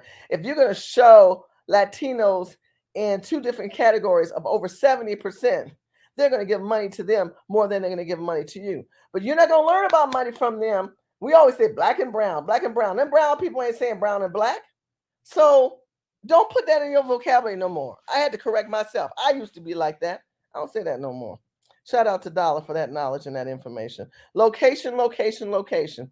It makes a difference in where you live. It makes a difference on opportunities that are for you. But if you don't realize that location, location is effective in your life, and it can stop you from and hindering you from growing, you're going to fail yourself, folks. You're going to fail yourself. Because there's many things that the SBA loans are out there. They're not easy loans to get sometimes, right? Because I ain't gonna be lying. When I went and talked with Ashley, I told you, look at Ashley at Bancorp South Bank in Temple, Texas. Give her a call. She's got some great things. Tell her Shirley sent you, that you know I sent you over there, and she'll be happy to talk to you. The problem with SBA loans, I've always felt they're very hard, but they're supposed to be making them easier. Okay.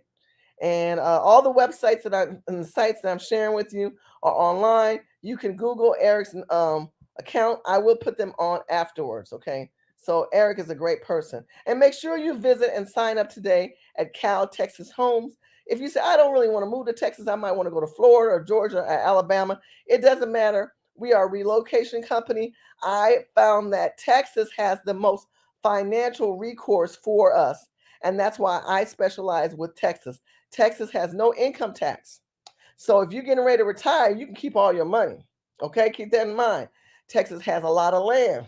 Texas has special loans for Black people. Texas has certain banks that basically will in-house qualify you based on a proposal that you give to them. I remember one time I went to Citibank, and Citibank, I presented a really nice, thick proposal of my vision and my plan for my redevelopment and my development communities. And that lady never called me back. And I had spent a lot of money, not millions. I spent a lot of money on putting a nice size thick packet with inserts and tabs, and never got the respect. I came to the South, honey, they love me, and they will love you. Banking, economy, financial, Blacks, team, sports, we need to live in Black areas. Absolutely. Dollar is right on the money.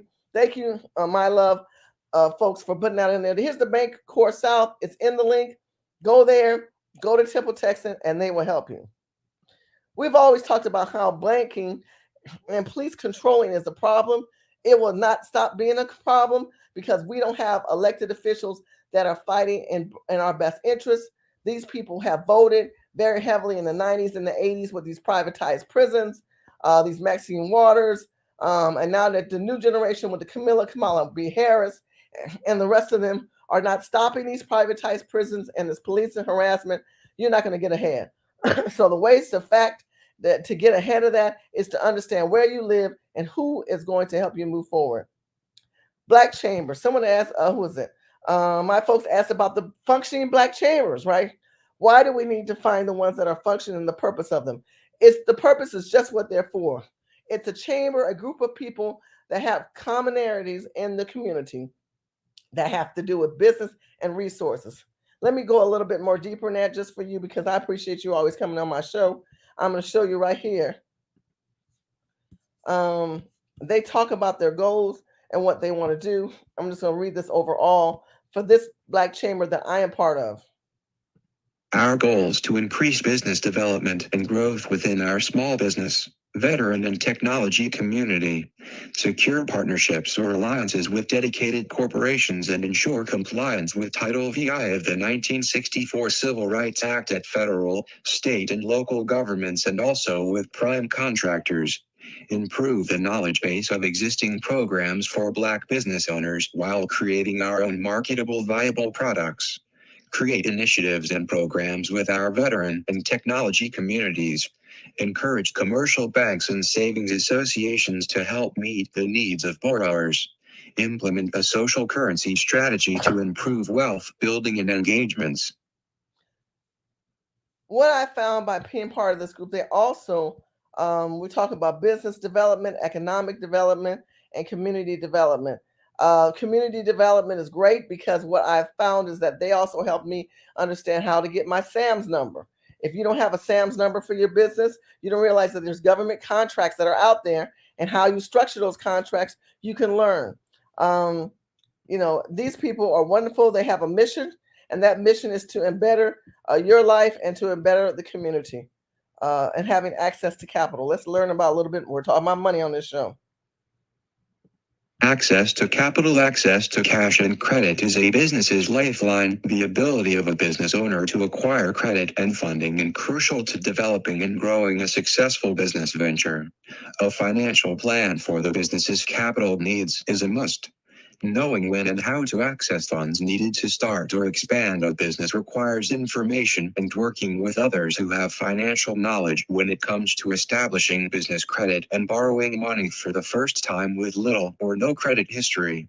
Exclusive chamber informative programs to access capital, how to open a business credit file, how to establish business credit for the first time, business financial planning. See, sometimes people make us feel like we're dumb or we're ignorant or like, is this a stupid question to ask? You need to be part of a chamber. Don't ever let someone intimidate you to not feel comfortable enough to ask simple things to get you to the next level. That's what the people that watch my show, that's my family that follow me, support me, and like me. Not these bullies who are out here on YouTube talking about how old Black people or young Black people or the wills and all that. Don't focus on that. Go to these groups and they have links. He's telling you right, he has got program information to give you access to capital. They have workshops talking about the SBA loan, the disadvantaged business enterprise. I'm just going to play a little bit of this so that you guys can know that there's certifications that you could acquire to support your business that will allow you money. Certification workshops, becoming certified in the application process, relative certifications. Historically underutilized business, HUB, disadvantaged business enterprises, DBE, minority business enterprises, MBE, and woman-owned business enterprises, WBE, small business enterprise, SBE, means that a small business owned by a member of an ethnic group below is verified to be a member of the group and meets the established requirements in conducting business and have the maximum practical opportunity to participate in city, state, and federal contracting and purchasing activities through an application process. Approved applications verify that the business owner, vendor, meets the established requirements and is considered certified.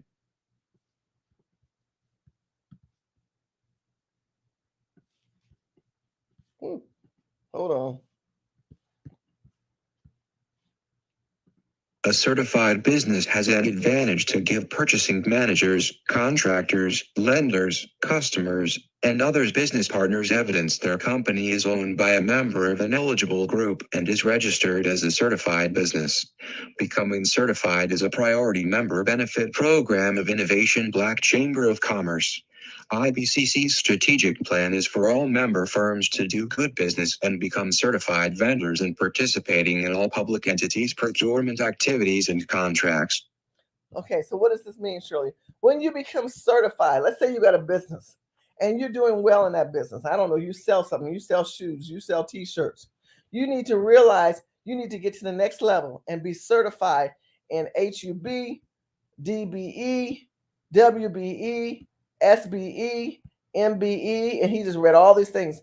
The disadvantaged, the minority business. Many of you guys don't realize that you have dispositioned yourself by not taking advantage of these grants and the fact that the federal government and the states and the cities want to hire people in your capacity in what you do.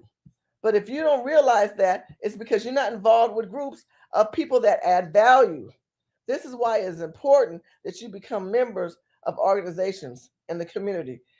And then, what's interesting about this, they have a team of people that really want to help you and grow your business. If you are a Black veteran, you are not utilizing all these veteran benefits, or you might say, I don't really know how to access them. By joining this group, even if you're not in Texas, to join this organization and ask for Rodney, by the way. When you go to this organization, please ask for Rodney. Innovation, let me let you see the name one more time. I want you to ask for Rodney because Rodney is a wonderful person. Tell him Shirley sent you. You don't have to be in Texas. You can be into another Innovation Black Chamber of Commerce. You don't have to be in Texas. He will still work with you because when we talk about federal, there's a lot of opportunity. We want to support our community and our businesses. Let's read one more thing and I'm going to move on to the next question.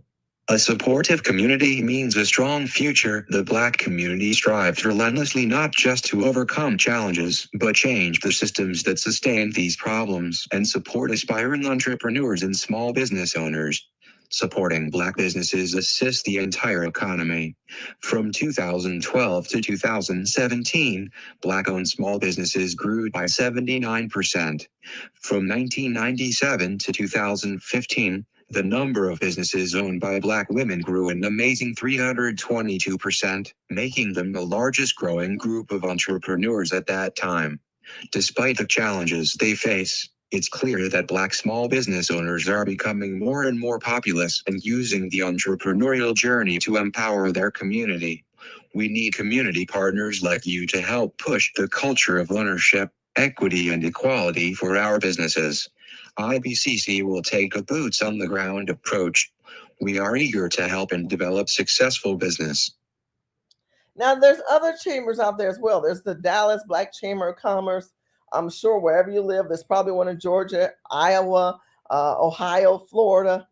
This particular gentleman, I work with them because I believe that there's a lot of African Americans who've asked me, where do I go in business? And I kind of direct them to him. So please, if you have a chance, make sure you take the time and go check that site out because it adds a lot of value. And yes, those Black chambers make a difference in our life. I do. Oh, I love Chronicle Speaks because, like I said, she's really heavy into Wendy Williams. And when I learned about that article, what was it, 91, Article 18 or whatever, these banks, the state of New York created a specific type of structure that if you don't do right in their bank, according to their eye, they can put a hold on your money. So you need to find out these big banks are doing to you. And you need to make sure you get your money out of the big banks because, like I've told you, they don't add value to us. They basically want to destroy us, and we don't want to do that. It is important that you guys share this video. I've taken the time to research and try to embetter you with ideas, and I'm glad you like this information because it's important that we all share, and help each other grow. Sometimes we don't know we need to read and understand the fine prints that are out there. And Winnie may or may not known this because she had a financial advisor and she had hired this woman to protect her. So she did the right protocol. Unfortunately, it worked against her. And I think part of that problem is, like I said, these big banks, because they don't work in your best interest, they can work against you. Also, I agree that immigrants create their own banks. Listen, they create their own banks. In California, you can go to an area called Alhambra. Alhambra has a lot of Chinese people. Downtown LA has an area called Little Koreatown. These people have their own banks, and they do this throughout the country, not only in California. They're able to have their own banks. Now, there are blank banks, and I did a whole video. Y'all can go look back at that or just go to Black Excellence, and they'll share those black banks with you. But if you don't know about black banks, don't worry about them. Just don't do the big banks, do the community banks, and learn you need to walk in and say, who's the VP of this bank? And you need to know their name, and they need to know your name, okay? Because that's the bottom line. Surely we can fill in the blanks, Lala. You got that, Ryan. Yeah, Ryan's a good man, but Ryan need to get his money out of that bank, honey, because that bank teller, she should get fired. Come on, I didn't read his name. Okay, uh, big banks behind them people like popcorn. I told you they go through them like popcorn. Y'all say black woman. I think it's the quality of who they hire. You know, they don't. She probably didn't know who he was. She didn't know who he was. All she thought it was he got glasses on and a mask. Well, hello, ding, ding, ding. Those liberal states got you still wearing them damn masks. So there you go. It is important that you build relationship up with your bank. I don't care how much money you have. If that branch does not respect you and they go through tellers like popcorn, you need to let them go and move on because they're not adding value. And that's part of the problems that we have. Okay. And how we put our money and what we do. And of course, you all know about the police. And I'm going down the roads. And shout out to every one of you guys who are watching and sharing this video. It means a lot to me. I know you take the time. I told you, privatized prisons are an issue for us. I've talked in the past about the Freedmen Bureau Bank. Right now, under Kamala wannabe Black Harris, she has taken the word Freedmen Bureau Bank and allocated that to immigrants. I talked about that as well. Nobody was talking about Freedmen Bureau Bank but me for a while. And now all of a sudden, they're watching our videos and they took from the descendant of slaves. I'm a descendant of American slavery and incorporated, talking about Freedmen Bureau Bank. Money that the congressional people set us up to have bank accounts and stole that money. Now that's a whole nother show to watch, but just to let you know, for those who are descendants of slaves, we don't want to be part of that. So if you're going to put your money and the teller don't know your name when you walk in, even if you're in another state, you shouldn't have all your big money in those little accounts. You need to find another way to get your money. That brother might want to think about Cash App and transferring and just take the hit than to get himself out there and allow that to do that. Because apparently it is an issue. It's illegal for black men have money in the white mind of black tellers. Yeah, well, black tellers don't believe black people have money. That's a problem. Well, she can't read. Remember that girl said she didn't even read what was out there. Let me scroll down. Again, thank you guys so much for liking and subscribing. It makes a big difference that we move on and continue to talk about things going on. All right. I want to move on. So now I'm going to share with you, where do I get monies to get a house? How do I get a house? Well, first you have to go, like I told you before, to Cal Texas Homes and sign up. Because if you sign up, then we need to qualify you. Don't get your hopes up and all excited, and then you realize that you don't qualify. Because the Census Bureau is basically telling you they don't think you can get it through. You people in California, you at 9%. But if you get yourself in some of these southern states, they're willing to hook you up and talk about things to get you to the next level. But you're not going to get to the next level until you realize you have a problem. So I want to tell you about a couple of products that are out there that I think will help you. One is called Knock. Now you guys say, what is Knock? Knock don't have that little video. I'm going to share what Knock is. You know what I'm doing? Let me show you a YouTube video on Knock. Wait, did I show this one? Okay, we talked about that one. Hold on. Let me look this up.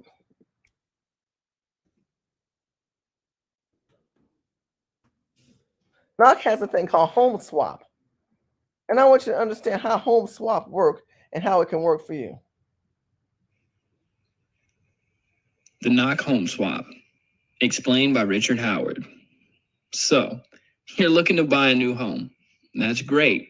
You have dreams of waterfall countertops, a swimming pool, and a home theater with a full-size concession counter for your larger-than-life popcorn machine. Perfect. However, before you upgrade to your new home, new life, you have one thing standing in the way: your old home. You need to sell your house before being able to buy a new one. However, the last thing you want to do is sell your old home and have no new home to take the party to. That's where I come in, your Knock certified agent. Knock allows you to qualify to buy your new home before selling your old one, giving you access to your home's equity while keeping a roof over your head. Let's take a look at how it works. The first step is to get approved with Knock. Reach out and I can send you a link to their application so we can start the process. Knock does have 2 minimum requirements. Applicants must have a 620 or higher credit score and at least 30% equity in their current home. If you're not sure how much equity you have, that's okay. I can help you out with that. Once approved, you'll be able to make offers to purchase and move into your next house. Afterwards, we can list and sell your old home for top dollar, of course. Let's take a look at the benefits. Knock allows you to access your home's equity, giving you up to a 20% down payment on your new home. That's a winner right there. But wait, there's more. Once you close and move into your new home, you only pay the mortgage on your new home. I call it YOPOM. You only pay one mortgage. After moving into your new home, we will list and sell your house on the open market. Knock can also advance you up to $25,000 for repairs needed to maximize your home's value. We are flipping the script when it comes to real estate sales, so you never have to let your old house stand in the way of your dream home. Congratulations, you've been home swapped. For those that are interested, I will share this chart showing the breakdown of Knock's fees in comparison to a traditional lender's using a $300,000 house. Okay, I know that was a lot of information, so let me break it down to you again. Let's say you have a house, right? Everybody on this video watching right now, we all own a house. I want to move from California to Texas. But if I do that, I got to sell my first home. But my home, let's say my home, what it doesn't say in this video, what Knock also does, is they do an interim loan. Let's say you say, I want to sell my home, but I don't want to sell my home because I need some money out of it to clean it up. Knock will buy your home first. You buy your home first. When they buy your home, they give you money to clean it up. You clean your home up with that little interim loan. Then you go buy a new home. Then you're allowed to sell your home and then pay back those 3 loans. So they give you 3 loans. A loan to buy your home so you can have the money to buy another home, and a mid loan so that you can be able to clean that home up if you need to do that. You don't have to have a contingency. For those who are in real estate, understand this. A contingency is based on you selling your home before you buy a new home. Because if you got to sell your home to buy a new home, you don't have no money. But Knock, you ain't got to do that. I'm a Knock certified agent, and also the people that work on my team. So right there, you see Cal Texas Homes. Make sure that you see that, because you'll understand that you have an opportunity to make a difference, and making sure that your home that you buy is easy to sell because you've got a loan already. So let's say you don't want to do that. You want to do a regular loan. I told you, Bank Core. Another great bank to bank with is Gateway Mortgage out of Texas as well. So write that one down. I am not going to show you that one because there's too much other stuff I need to show you. But the banks that I've showed you previously, the community national banks, try to do the traditional banking. If that doesn't work and you do have to do a contingency, Knock is another program. Okay, let's say, for example, Shirley, I got shot credit. Shirley, I don't think I can get a loan, but I really want to buy a home. I want to get out of here. I got a little money saved up, and I need to do something about that. What do I do? I've got the way to help you through that process. I've got a video that I'm going to show you that makes it easy for you to apply. It's called Divvy Homes. Now, Divvy is a great opportunity for Black people. It's one of the best opportunities for Black people, because some of us have had some trials in our lives, and y'all know we can't get a home because they don't want to give us a loan. We don't have no cash. We ain't saved up. Divvy will buy a home for you and pay them back later. Let's look at this. Ready to own your own home, but struggling to qualify for a mortgage? We're Divvy, a new way to buy a home that actually works for people without perfect financial paths. With Divvy, you move into your dream home now, and we help you save up to buy it over time. Here's how it works. Step 1. Apply in minutes. It's fast, free, and won't impact your credit score. We'll verify the information you submit, and if you're approved, you'll be ready to shop for homes. Step 2. Find the home you love, and Divvy will buy it for you. You can choose from almost any home on the market. Seriously, Listen, buy the home you love, and they'll buy it for you. Divvy does not apply for those of y'all in California. Womp womp. So if you're trying to buy a home and you can't use Divvy in California, which I don't think you need to be in California anyway, I showed you the percentages, but I just want to let you know. Let's keep going. All you need is a 1 to 2% down payment. Step 3, rent your divvy home from us. Did she say 1 to 2%? 1%, Negro. That's all you need down. While we help you save up to buy it. Part of your payment every month will go straight into savings, so you don't have to worry about getting a down payment ready. And if you ever choose not to buy your divvy home, those savings go straight back to you, minus a relisting fee. Step 4, own your home. As soon as you're ready to qualify for a mortgage, you can buy your divvy home from us. Divvy's program is designed to get you mortgage ready in 3 years, but you can buy it anytime. If you're ready early, it's all yours, no penalties. Why wait to live in a home you love? Get started with Divvy now. Get started with Divvy now. I like Divvy. There's a lot of people talking about Divvy on YouTube. Take the time and study them because it's going to add value to you to understand that there's other programs out there that will work in your best interest, because that is so important to see that. See, did you guys see it? Shirley still can't see the video. You need to stop. I didn't show it. Oh, Lord, I got to repeat it again. Okay, hold on. Okay. Let's try it again. That's Divvy Homes. This is the website for Divvy Homes so that you guys can see it. This is Divvy. Okay. It's a short video. I'll play it one more time. Ready to own your own home, but struggling to qualify for a mortgage? We're Divvy, a new way to buy a home that actually works for people without perfect financial paths.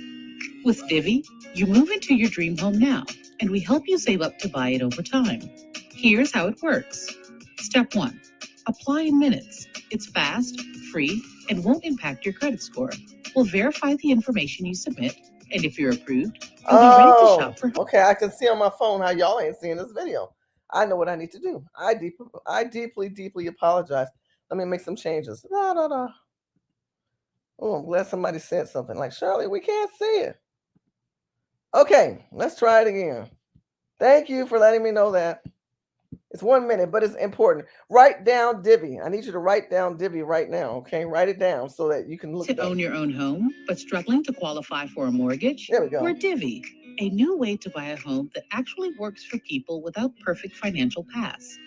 With Divvy, you move into your dream home now, and we help you save up to buy it over time. Here's how it works. Step 1, apply in minutes. It's fast, free, and won't impact your credit score. We'll verify the information you submit, and if you're approved, you'll be ready to shop for homes. Step 2, find the home you love, and Divvy will buy it for you. You can choose from almost any home on the market. Seriously, all you need is a 1 to 2% down payment. Step 3, rent your Divvy home from us while we help you save up to buy it. Part of your payment every month will go straight into savings, so you don't have to worry about getting a down payment ready. And if you ever choose not to buy your Divvy home, those savings go straight back to you, minus a relisting fee. Step 4, own your home. As soon as you're ready to qualify for a mortgage, you can buy your Divvy home from us. Divvy's program is designed to get you mortgage ready in 3 years, but you can buy it anytime. If you're ready early, it's all yours, no penalties. Why wait to live in a home you love? Get started with Divvy now. All right. So I'm glad you're able to see that. Ready to own your own home? Let me do knock again, because knock can be a little confusing, and it is important that you guys understand that knock is a good program too, especially for those of us who are out here who have to sell their home. You don't have to worry about selling your home first. They'll buy it straight from you. The Knock Home Swap, explained by Richard Howard. So, you're looking to buy a new home. That's great. You have dreams of waterfall countertops, a swimming pool, and a home theater with a full-size concession counter for your larger-than-life popcorn machine. Perfect. However, before you upgrade to your new home, new life, you have one thing standing in the way: your old home. You need to sell your house before being able to buy a new one. However, the last thing you want to do is sell your old home and have no new home to take the party to. That's where I come in, your Knock certified agent. Knock allows you to qualify to buy your new home before selling your old one, giving you access to your home's equity while keeping a roof over your head. Let's take a look at how it works. The first step is to get approved with Knock. Reach out and I can send you a link to their application so we can start the process. Knock does have 2 minimum requirements. Applicants must have a 620 or higher credit score and at least 30% equity in their current home. If you're not sure how much equity you have, that's okay. I can help you out with that. Once approved, you'll be able to make offers to purchase and move into your next house. Afterwards, we can list and sell your old home for top dollar, of course. Let's take a look at the benefits. Knock allows you to access your home's equity, giving you up to a 20% down payment on your new home. That's a winner right there. But wait, there's more. Once you close and move into your new home, you only pay the mortgage on your new home. I call it YOPOM. You only pay one mortgage. After moving into your new home, we will list and sell your house on the open market. Knock can also advance you up to $25,000 for repairs needed to maximize your home's value.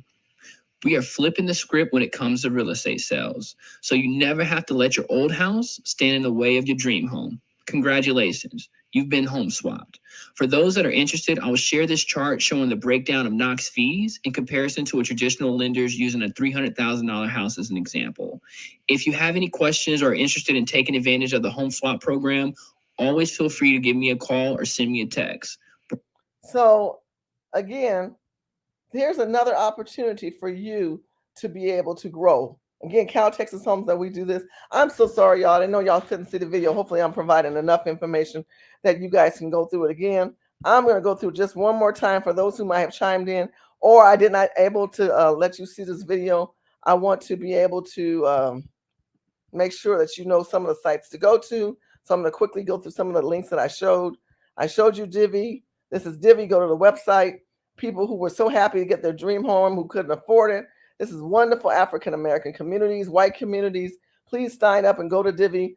And also, if you don't have a Divvy agent, just go to Cal Texas Homes and I'm going to find out the right program for you. Knock, again, if you have to buy a home contingency upon you selling your home, this is also a great program to get involved with. It's wonderful. I didn't get to this site. I want to talk about it a little bit about it. It's a Main Street backing Black businesses, how to apply, how to get cash and growth. Let me just let you hear a little bit about this one. There's lots of money out there. People that have been awarded money. It's important. Apply today for a cash grant for your business. The Backing Black Business Small Business Grants program is made possible through a partnership among Reimagine Main Street and leading organizations serving Black women entrepreneurs with financial support from Meta. This program provides an opportunity to access expert resources from trusted partners and organizations who are committed to the success of Black women-owned small businesses. And there's different chambers. The group here's a U.S. Black Chamber. Again, I talked about Innovation Chamber. This is the one I'm sorry if you weren't able to see. Now you can write this down. Thank you for those who've been patient with me and sticking through this video. I talked about it earlier, but this is the website where I talked about the chamber that really can help you get your SAMS number and all your other little numbers that are involved, the business opportunities that are out there, because those opportunities are important. That you realize there's a communities. They also have events, which is really important. Let's go show you. Yeah, there it goes. You can just leave your name and your number and information with them, and they'll help you get up. They'll help you get to that next level. Many of you guys have military. Your father, your mother might be somebody in the military that you need to utilize their benefits. I had a friend who had her dad help her get a house. No money down, $1 down. You guys got family members who are in military, and yet you haven't utilized them. Learn to utilize people in your best interest. So make sure you sign up and you go and you talk to those people. Bancorp South. Here's Bancorp South. I told you, contact Bancorp South in Temple, Texas, and ask for Ashley in Temple, Texas. Yes, you say, hey, I'm not in Texas. I told you, you need to get out of these states that are basically not helping you. These census bureaus, if you weren't able to see them right here, I talked about how you have 9%, Killeen is 39%, Dallas is 24, Houston, Texas, 22, Red Oaks, 31, 8%. Look, they're helping us, but they're helping us in states that we dominate in. If you're going to be in a state like California and you ain't got nobody there, and I told you, if you count that to be the homeless people, hell, we're down to 3%. We're down to 3%. Look, population percentage -8. We got a -8. We're not doing there. We're not growing there. The Census Bureaus don't work in our best interest. Get the hell out of California, please. Some of y'all said you didn't see the mod video. So let me go to another section of this video. You heard it. Let me show you another section that I liked. Ghetto are trying for a bigger political voice. Most of the kids in Georgia, Mississippi, anybody? Hi, Walter. Where is everybody? I don't know. I just got home myself. Will you take a look at this? We're out of gin. Yesterday, this bottle was almost half full. You don't suppose Florida's taking a little nip on it now and then, do you? Shame on you. A little gin is missing, and just because we happen to have a black maid, you automatically think she took it. Wrong. I think Florida took it if she was Snow White. My prejudice is in color. It's maids. They drink. The point I'm making, Florida, is that for the first time in history, the young blacks in the ghetto are trying for a bigger political voice. Most of the kids in my neighborhood are trying for a hit record. I'll carry mine. I'll take it, Mrs. Finley. Sorry about the dirty dishes on the coffee table, Mr. Finley, but some people don't let nobody get their work done. Carol, Walter, isn't Florida a dream? Did you see the way she just took that bag from me? Yeah, just like she was a maid. Now listen, Walter, don't be a sore loser just because I told you she'd be happy here. And by the way, Carol, today is Friday and she hasn't said one word about quitting. And it's no wonder, Maud, we're at a gym. Oh, I forgot. Florida and I had a couple of martinis at lunch. A couple of martinis at lunch? You in Florida? In most homes, a maid drinks on the sly. In our house, it's part of her on-the-job training. Oh, Miss Carol, I forgot to tell you. Philip's school called. Principal wants to see you tomorrow. He said something about a tape recorder. A tape recorder? Yeah, he said something about wiping it clean and having it impounded. Mother, did you know something about this? Well, a little. The other day, Walter caught Philip swearing into his new tape recorder. And you didn't tell me about it? Oh, honey, all little boys swear. Maybe not like Philip. Walter. No, it just didn't seem important. Not important. My son takes an obscene tape recorder to school. You say it's not important? Carol, please. By the way, Florida, why didn't you tell me about that call? The message was for her. I know, but what difference does it make? We were together all day. Well, like I said, the message was for her. Thank you, Florida. It is about time someone respected the privacy of the individual around here. Well, I don't know about that, but like I said, the message was It again, Florida. Yeah, I know. I'm pretty sick of them words myself.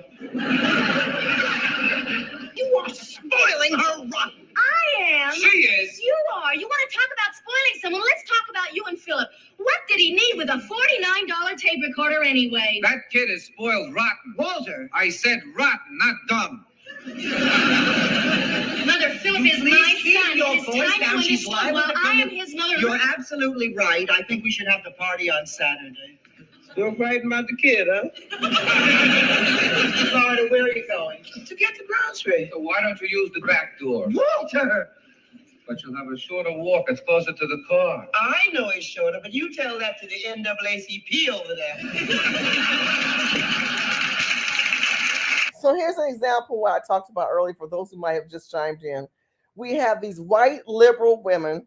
This was a show called Maude in 1971 and 1978, where they look as Black people as an object, as a needy source of something that they need to fix. We have problems and we want to fix your people. This woman has a husband. This woman has a family. She wants to be called Mrs. Evans. They want to call her Florida. They want to make her hip. This is the problem with liberal, white liberal women today. They have destroyed the Black family.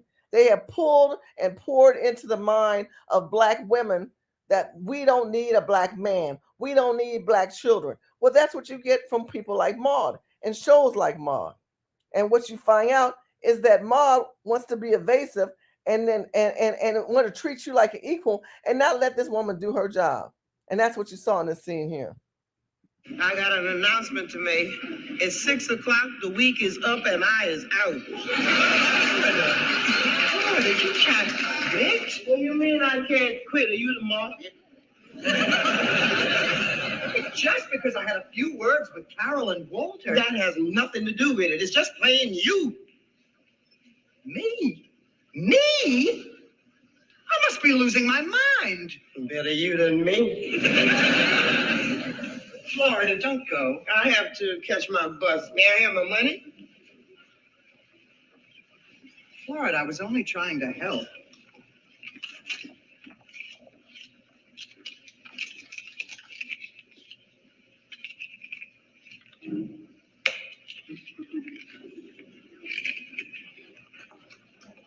All right, go. You don't want to improve yourself. I'm not going to try to change you. Woo! Did you, well, wow! Did you see what that white woman told her? If you don't want to improve yourself, see, white people think you need to improve yourself, so she gonna improve her. Did you see what she looked back like, bitch? What you say?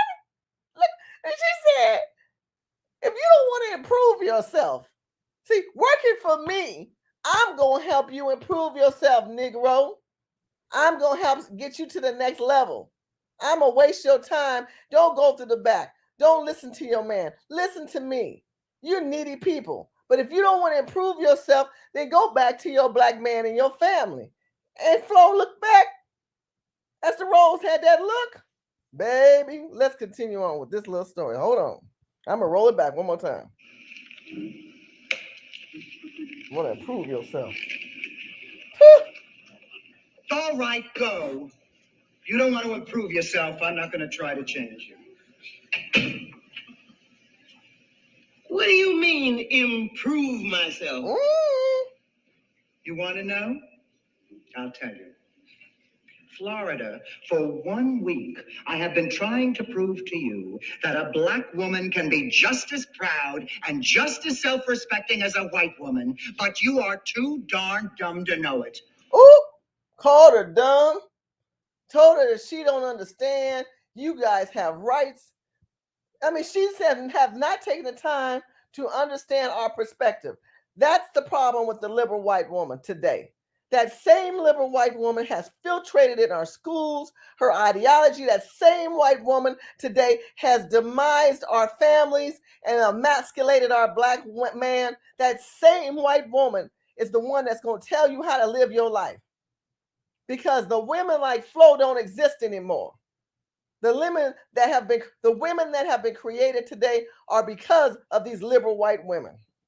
And for 1 week, I've been trying to do my work like a black woman who is just as proud and just as self-respecting as any white woman. And you are just too darn dumb to know that. Look, I like doing my work, Mrs. Finlay. But I don't like using the front door when the back door is closer. I don't like drinking martinis in the middle of the day. And what's more, I like to eat in the kitchen by myself.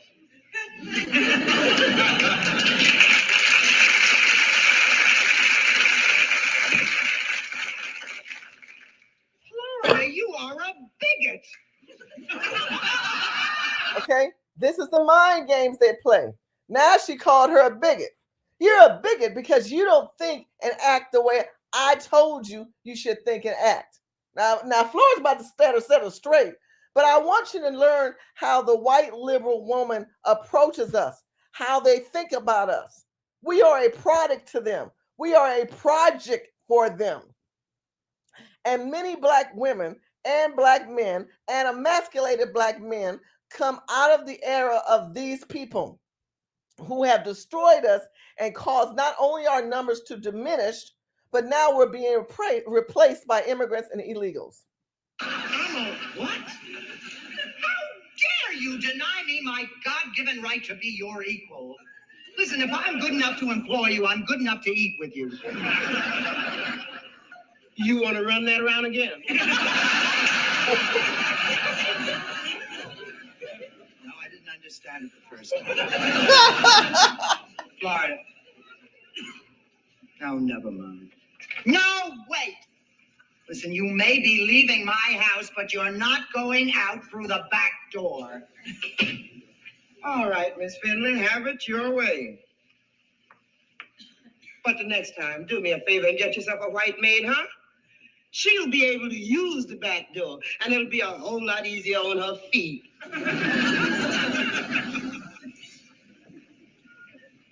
Good night, Florida. See you Monday. You won't see me Monday. I'm breaking out of here for good. Oh, I'm sorry. Look, honey, I want you to know it has nothing to do with you. But I just keep running into problems with white liberals that just won't quit. She keeps running into problems with white liberals that just won't quit. And let me tell you, they have not quit and they have won in the black community. So let's applaud tonight the white crazy liberal women that have been able to influence the stupid Negroes that may watch or may not watch this show and realize you have destroyed the black community. You white liberal women who sit out here and get this liberal ass president and these crazy Kamala wannabe black liberal ain't black Indian women in power that demise, destroy, and take away from black families.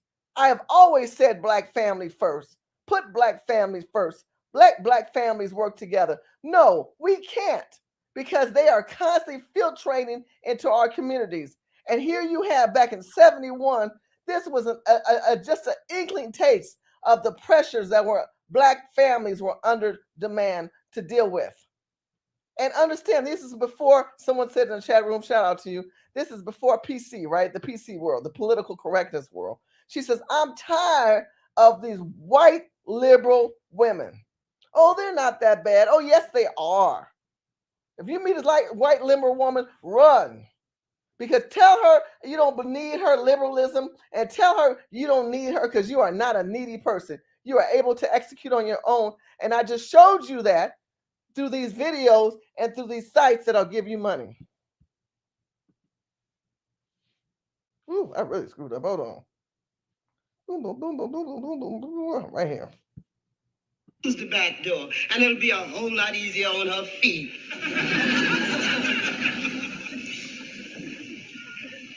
Good night, Florida. See you Monday. You won't see me Monday. I'm breaking out of here for good. Oh, I'm sorry. Melba Look, said honey, pet I want project. you to know it has nothing to do with you. But I just keep running into problems with white liberals that just won't quit. Well, you're not going to tell me you'd rather work for a bigot. No. But at least they don't keep trying to change you. They just hate you as you is. Okay. Now, you meet a bigot, a redneck, a person that don't like a Negro. Hey, at least they told you, I don't like you. And guess what? I don't have to like you back, but at least I know what the nature of the beast that I'm dealing with. These other people, they're ghosts in sheep clothing. They act like they're your friend and they're working in your best interest, but they're not. They're destructive. They're demising our community. And today you get black women who have become lesbians and transgender and ABCDFK black women.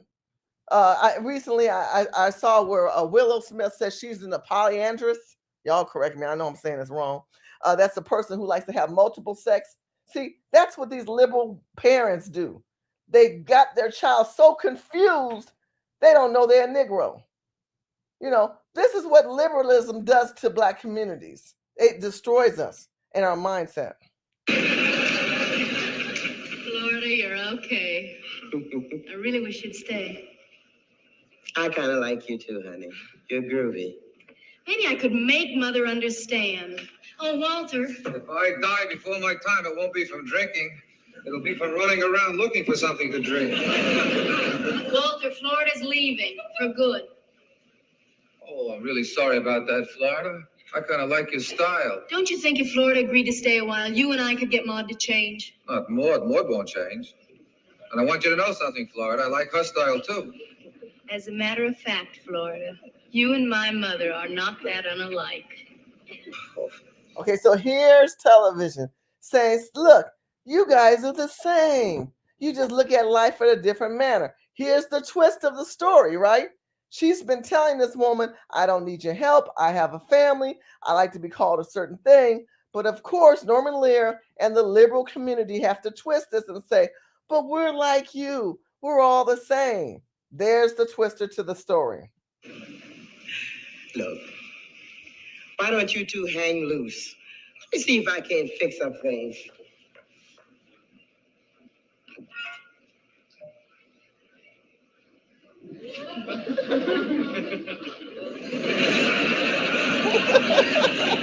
I was just checking to see if I didn't leave nothing.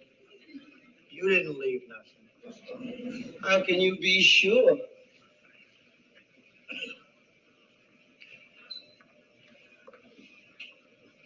Listen, Florida, since you're still here not looking for anything, I've been sitting here thinking, and well, if you'd like to stay, I'll let you work as long and as hard as you want. You mean that? I mean, you can work your butt off. Good.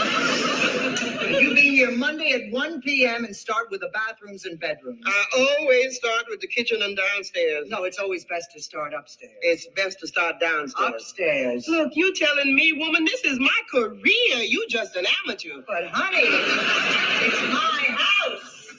And mine to keep clean. Look, I ain't never trained no boss before.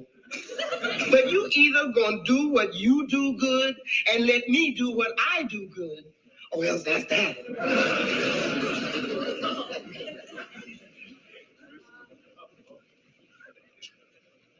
Do the things you do good. See you Monday. Going through the back door. Going out back doors. One of the things I do real good.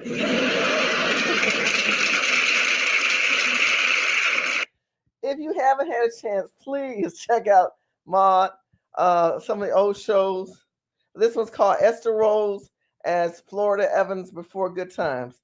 It's a great episode. There's another episode with John Amos. I don't know if I can find that one with Maud. And then when he came there, and she didn't understand how she had a husband and a family. She said, I've got a husband and a family.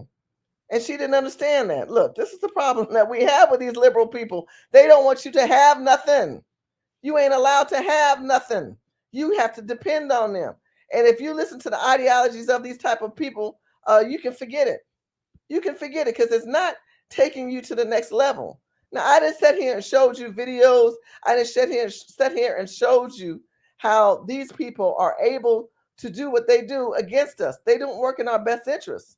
And if we're going to sit back and allow these people not to work in our best interest, we are going to fail ourselves. I don't want us to be a family that fails. I want us to be a family that succeed and excel. And the only way you need to do that, and the way you can do that, is through research and time. There's no perfect people in this process. The person starts from you. The ideology starts from you. The embetterment starts from you. But it'll never happen from you because you guys aren't understanding that there are people out here who are not working in your best interest. Hopefully you were able to see that video. I think that I cleared that up, so that's a good thing. I want you to understand that those shows were put in place to play mind games on you and to have you understand absolutely we are pet projects. And we're still pet projects today with privatized prisons. We're still pet projects today with not having the opportunity of money of leverage. Because if you're not going to have the money of leverage, you're not going to be able to move into the next level. Hold on a second. The next level, because I want you to be able to do that. I'm going to put the link in the chat room because I'm going to stay on a little bit longer. I got a couple more videos I want to show you. I really want you guys to get some money. I really want you guys to have connections to people that are able to have money. But I also want you guys to understand there are areas in the South that are going to work in your best interest. If you stay in these communities that are not going to be in your best interest, why stay there? Why be in California? Why be in New York? Why be in any place where you cannot access money? Because if you're not going to be able to access money, then what good is it? What good is it? You know, it's not helping you in the long run. If you know you're in an emasculated state, no tea, no shame. I'm gonna say something that might hurt some people's feelings. If you're gonna be in a state that is not gonna work in Black people's best interest, especially young Black males, and then your child is going to be predated after. That's what they're gonna do. They're gonna predate after your child, and then you're gonna start seeing him come home with effeminate attributes. Why? Because you're in a state that says that's what you're supposed to do. This is how you're supposed to be. And I'm telling you, you don't have to be that way because there are wealthy blacks in wealthy communities. I showed you a little bit earlier, or at least you got to hear from that young lady talking about places in Texas. I want to show you another video of wealthy black people, black communities in Texas, and what some of the homes look like. Because some of you guys don't even know exactly what they look like. So let's go here. I love this site. Shout out to Black Professional Excellence. services occupation. Please join and subscribe. We will highlight the top 10 richest zip codes for African Americans in the state of Texas. Welcome to blackexcellence.com, the site where we share Black excellence, opulence, and affluence.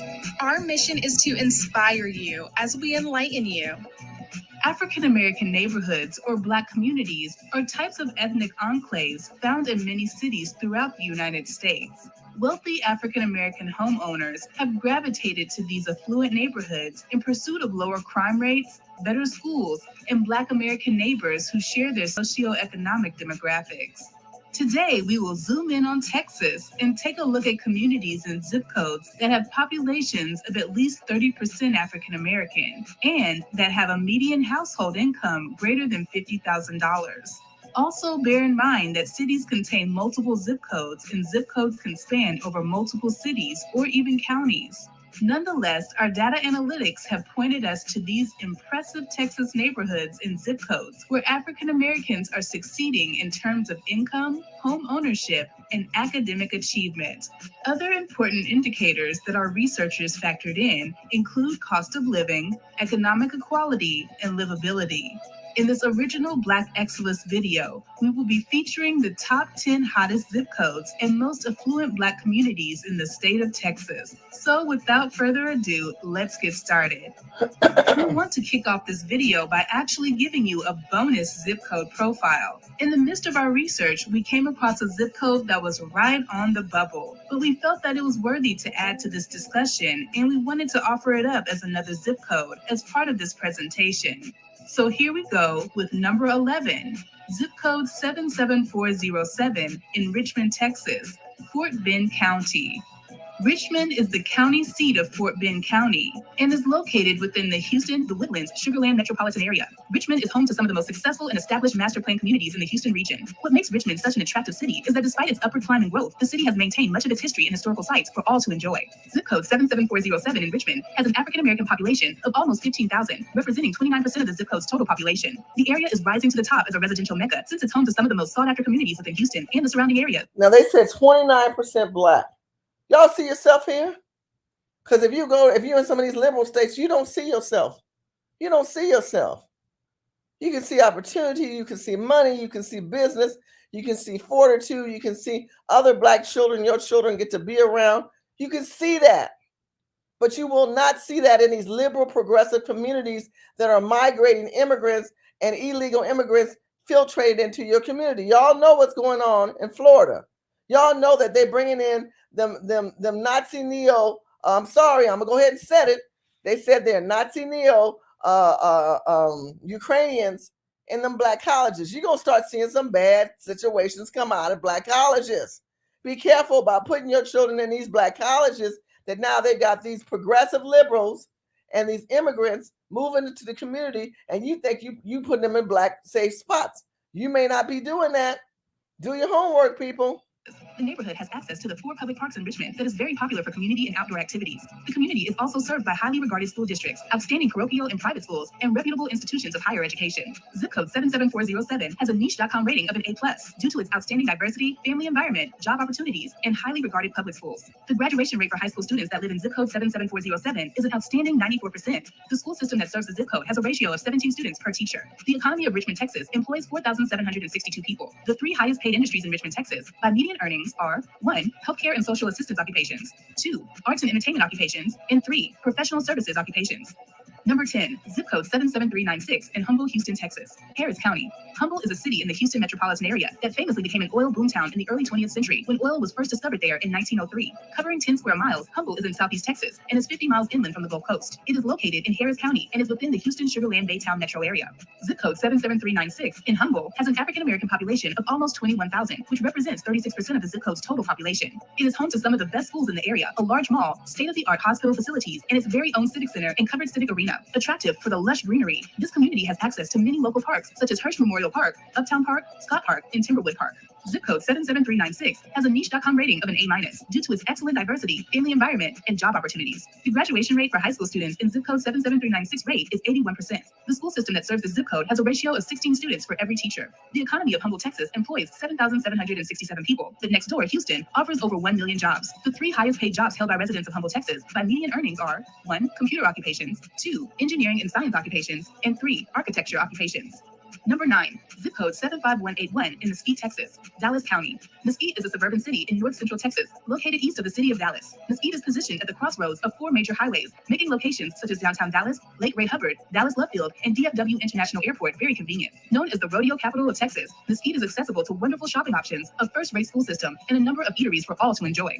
Zip code 75181 in Mesquite has an African-American population of almost 10,000, which represents 34% of the zip code's total population. It is quintessential Texas. If you're into the cowboy boots and spurs, then you'll feel right at home. However, if you are more on the arts and culture side, then you can satisfy your performing and visual art urges at the nearby Mesquite Arts Center. Zip code 75181 has a niche.com rating of a B+ due to its great diversity, family environment, and cost of living. The graduation rate for high school students living in Mesquite, Texas is 87%. The school system that serves the zip code has a ratio of 16 students per teacher. The economy of Mesquite, Texas employs 69,482 people. The 3 highest paying industries in Mesquite, Texas by median earnings are 1. Oil and gas extraction occupations, 2. Public administration occupations, and 3. Agriculture and forestry occupations.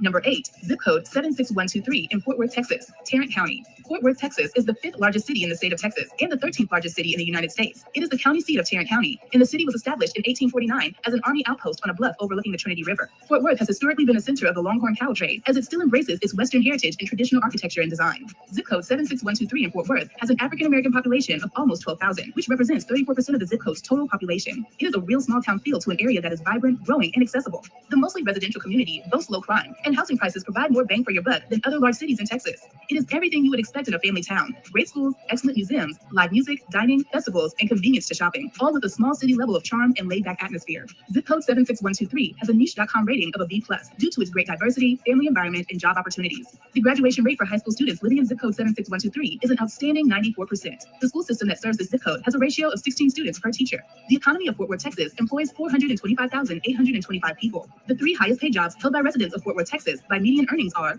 1. Architecture and engineering occupations, 2. Health diagnosing and treating practitioners, and 3. Computer occupations. Number 7, zip code 76002 in Arlington, Texas, Tarrant County. Arlington, Texas is part of the Mid-Cities region of the Dallas-Fort Worth-Arlington metropolitan area, approximately 12 miles west of downtown Dallas, putting it virtually right in the middle of the largest metropolitan area in the state of Texas. The city of Arlington has a lot to offer, from its sports teams to its various other forms of entertainment. Not only is it the 50th largest city in the U.S., but it is home to Six Flags Over Texas, Texas Rangers Baseball Stadium, and the Dallas Cowboys Stadium. Zip code 76002 in Arlington has an African-American population of over 13,000, which represents 36% of the zip code's total population. This is a charming suburban community with a wide variety of daytime activities, diverse dining options, and a great education system. The community reflects many facets of American culture, where you can raise a family, meet your neighbors, have loads of fun, and have plenty of opportunities to find a job. Zip code 76002 has a niche.com rating of an A- due to its great diversity, family environment, and public school system. The graduation rate for high school students living in zip code 76002 is 89%. The school system that serves the zip code has a ratio of 16 students per teacher. The economy of Arlington, Texas employs 211,698 people. The 3 highest paid jobs held by residents of Arlington, Texas by median earnings are 1. Health diagnosing and treating practitioners, 2. Legal occupations, and 3. Architecture and engineering occupations. Number 6, zip code 77053 in Houston, Texas, Fort Bend County. Houston is the most populous city in the state of Texas and the 4th most populous city in the United States, with an estimated 2018 population of 2.3 million people. Located in southeast Texas near Galveston Bay and the Gulf of Mexico, Houston is luring thousands of residents from around the globe, drawn by its mix of cultural amenities, world-class restaurants, diverse communities, and a low cost of living. Houston also offers an extraordinary large number of choices when it comes to housing, from trendy downtown lofts to family-friendly suburban enclaves and near-town bungalows to master-planned communities. Zip code 77053 in Houston has an African-American population of over 16,000, which represents 50% of the zip code's total population. It has access to Houston's wide array of arts and cultural institutions, cultural festivals and parades, 4 major league sports teams, and over 10,000 restaurants and dining establishments, representing a multitude of cuisines. High on the list of things that make living in zip code 77053 appealing is the city and county parks, along with state and federal recreation spots. Zip code 77053 has a niche.com rating of a B due to its great diversity, cost of living, and job opportunities. The graduation rate for high school students living in zip code 77053 is 68%. The school system that serves this zip code has a ratio of 17 students per teacher. The economy of Houston, Texas employs 1.15 million people. The 3 highest paid jobs held by residents of Houston, Texas by median earnings are 1. Architecture and engineering occupations, 2. Legal occupations, and 3. Computer, engineering, and science occupations. Number 5, zip code 75146 in Lancaster, Texas, Dallas County. Lancaster is a suburban community located in the Dallas-Fort Worth Metroplex, approximately 15 miles south of downtown Dallas. Lancaster is part of the best Southwest area and is positioned within Southwest Dallas County. The scenery here includes beautiful hills, sprawling creeks, and trees. Lancaster's impressive nature views is part of the reason that it's nicknamed the City of Trees, but it also has access to 3 interstates and the Lancaster Regional Airport. Zip code 75146 in Lancaster has an African-American population of almost 14,000, which represents 72% of the zip code's total population. Residents enjoy a small-town atmosphere where you can raise a family with good schools and a variety of shopping. It is a dynamic community with affordable housing and an excellent quality of life. The area has a strong presence of small business, a reputable school system, and an environment that fosters development and growth of the youth. Zip code 75146 has a niche.com rating of a B due to its great diversity, family environment, and cost of living. The graduation rate for high school students living in zip code 75146 is 87%. The school system that serves the zip code has a ratio of 19 students per teacher. The economy of Lancaster, Texas employs 18,375 people. The 3 highest paid jobs held by residents of Lancaster, Texas by median earnings are 1, health diagnosing and treating practitioners, 2, computer occupations, and 3, community and social service occupations. Number 4, zip code 75104 in Cedar Hill, Texas, Dallas County. Cedar Hill is a suburb of Dallas and is part of the best Southwest area. It is located approximately 16 miles southwest of downtown Dallas and is situated along the eastern shore of Joe Pool Lake in Cedar Hill State Park. From the green acres of Cedar Hill State Park to a historic downtown filled with shops, Cedar Hill, Texas creates the right balance between city streets and open spaces. Known as the Hill Country of the Metroplex, Cedar Hill has 22 parks and 4 green belts, while residents enjoy the proximity to the expansive Joe Pool Lake. Zip code 75104 in Cedar Hill has an African-American population of over 27,000, which represents 54% of the zip code's total population. This community enjoys lower housing costs, boasts of quality school districts, hosts a plethora of dining options, and offers a slew of recreational opportunities. Zip code 75104 has a niche.com rating of a B+ due to its great diversity, family environment, and career opportunities. The graduation rate for high school students living in zip code 75104 is an impressive 92%. The school system that serves the zip code has a ratio of 17 students per teacher. The economy of Cedar Hill, Texas employs 23,975 people. Let me pause it for a second. We're getting to the top last 2, 3 to number 1. I want you to be excited. I really, really want you to be excited. That's why I created Cal Texas Homes. I need you guys to go to the site, sign up. Let's have a one-on-one. Let's better our lives as people. I'm sorry. We're living in a time where we don't have opportunities that all these other people do because we're not communicating. I have provided you data and knowledge and base of beautiful things. Look at the homes. Look at the people. Look at the success. Look how they look. Do you see this in your neighborhood? And if you don't, it's time for you to make a dramatic change. Sit down with your spouse or your partner. Sit down with your children. Find out how these people are filtrating in their heads and say, is this the best area for my child and for me and my husband or my partner to live in? Because if it is not, then there's some alternatives and opportunities, and you can obviously see it in these videos. 3 highest paid jobs held by residents of Cedar Hill, Texas by median earnings are 1, architecture and engineering occupations, 2, health diagnosing and treating practitioners, and 3, computer engineering and science occupations. Number 3, zip code 77545 in Fresno, Texas, Fort Bend County. The city of Fresno is a small city with big opportunities. It is a small city located in the extraterritorial jurisdiction of Houston. Perfectly situated between Pearland and Missouri City, Fresno offers its residents a more rural feel. There are plenty of grocery stores and shopping areas, and the choices for dining are limitless. The parks located in Fresno make it welcome for family and visitors who want to get outside and enjoy the great outdoors. Zip code 77545 in Fresno has an African-American population of almost 16,000, which represents 62% of the zip code's total population. The neighbors are friendly, and citizens are very proactive in community involvement. Crime is very low, and the neighborhoods are quiet and peaceful. Zip code 77545 has a niche.com rating of an A- due to its excellent diversity, family environment, and job opportunities. The graduation rate for high school students living in zip code 77545 is 84%. The school system that serves the zip code has a ratio of 17 students per teacher. The economy of Fresno, Texas employs 11,700 people. The 3 highest paid jobs held by residents of Fresno, Texas by median earnings are 1, legal occupations, 2, computer occupations, and 3, management occupations. Number 2, zip code 77489 in Missouri City, Texas, Fort Bend County. Missouri City is within the Houston, the Woodlands, Sugar Land metropolitan area and is not too far from downtown Houston. Missouri City is very community driven, so it has that small town feel. It hosts excellent schools and offers a great environment for families and those with kids. Zip code 77489 in Missouri City has an African American population of almost 31,000, which represents 82% of the zip code's total population. It is a safe, peaceful city with lots of things to do. There are parks, recreational centers, nice restaurants, shopping centers, and friendly neighborhoods. This community is ideal for those who work in the inner loop area, but but would like the ease of living in a nice suburban town, close to many major freeways, the Port of Houston, and just a short drive from Hobby Airport. Living in Missouri City is a great place to work, raise a family, and experience a great quality of life. Zip code 77489 has a niche.com rating of a B+ due to its great diversity, career opportunities, and family atmosphere. The graduation rate for high school students living in zip code 77489 is 89%. The school system that serves this zip code has a ratio of 16 students per teacher. The economy of Missouri City, Texas employs 37,308 people. The 3 highest paid jobs held by residents of Missouri City, Texas by median earnings are 1. Architecture and engineering occupations, 2. Life, physical, and social science occupations,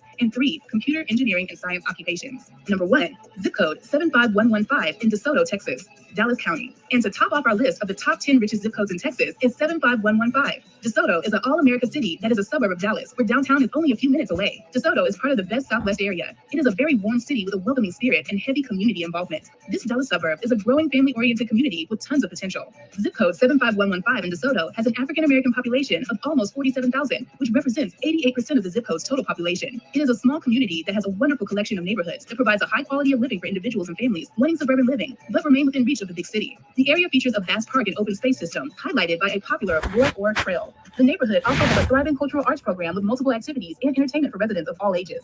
Zip code 75115 has a niche.com rating of a B due to its great diversity, health and fitness, and job opportunities. The graduation rate for high school students living in zip code 75115 is an impressive 88%. The school system that serves the zip code has a ratio of 16 students per teacher. The economy of DeSoto, Texas employs 26.1K people. The 3 highest paid jobs held by residents of DeSoto, Texas by median earnings are 1. Life, physical, and social science occupations, 2. Computer occupations, and 3. Engineering and science occupations.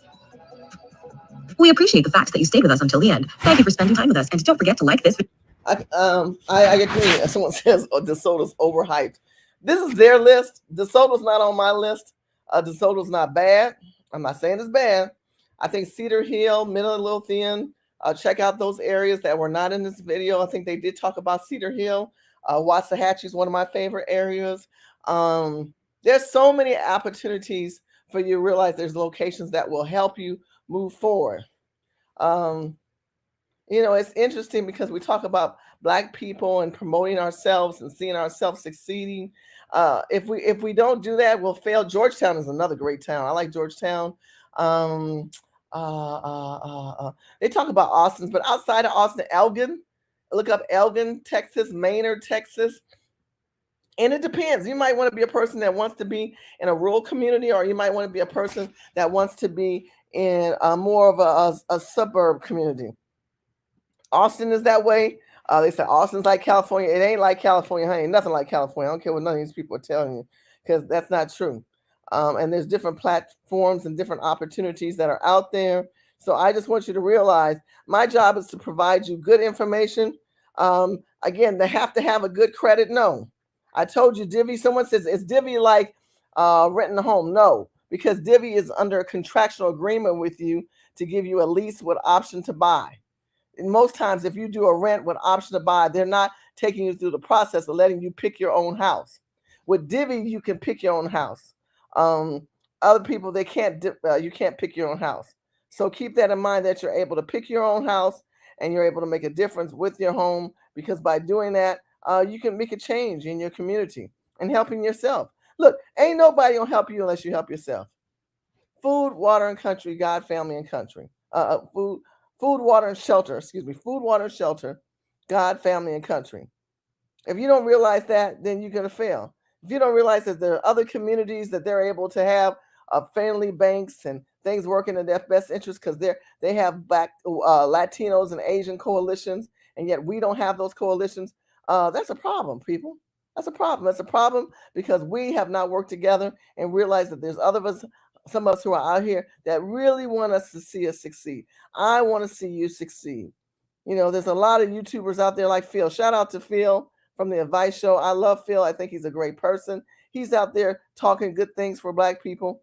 And for some reason, we don't get to see that and hear that because we're not paying attention to what's going on in the communities. What we do here is all the things like I told you before, the immigration, the migration, and there's things that are not working for us. We're not moving forward. We're not progressive. And they don't want to see the Black man. Now, many of y'all probably saying, Shirley, why do you keep talking about the Black man? The alpha Black man is not seen. I'm going to show you one more video. I'm going to go back to Ma. The reason why the filtration, hold on. of the.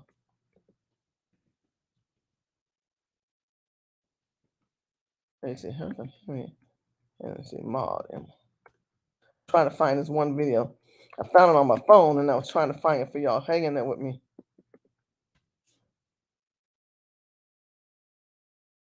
Okay, I found it. There's a purpose of me showing you this video. Now, I didn't show you all the good stuff Black people have. I'm going back to the 70s. I'm going to go back to the 80s and the 90s. These people who had voices in our head, and that's why we live. That's why we messed up.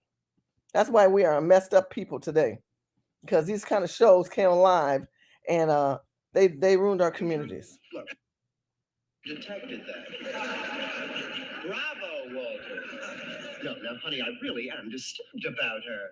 And she just bit my head off. Walter, you talk to her. Why me? Oh, come on, darling. You're so much more diplomatic than I am. Look, honey, just talk to her in your own warm, inimitable, lovely, compassionate way. Well, okay. And if you hurt her feelings, I'll rip your heart out. That does it, Maud. You want to talk to Florida? You talk to her. I'm going upstairs to the library. Carol. Bye. Oh, Carol, please talk to her. No, Mother. Mother, Florida has a right to her privacy. Now, if she's got a problem that she can't share with us, all we can do is love her and wait until she comes out of it. Carol, you owe me your life. There were years when I could have stepped on you in your playpen. So get thee to that kitchen. I'm sorry, Mom. All right. You go to work. I'll talk to her. But remember this. This is the first thing I've asked you to do for me since you were in toilet training. And you didn't do that either.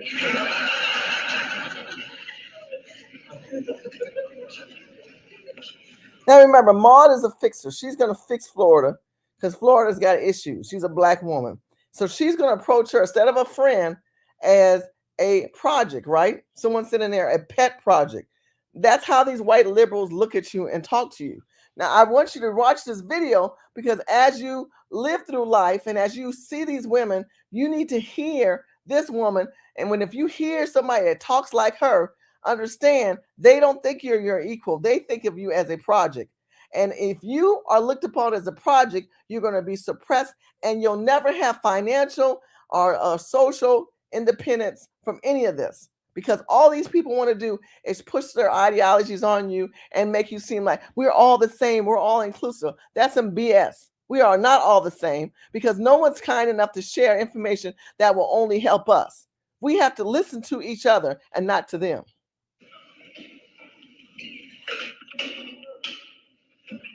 Florida, I came to apologize. For what? For whatever I've said or done to make you so upset. Why does it have to be you? Maybe it's something in my private life got me this way.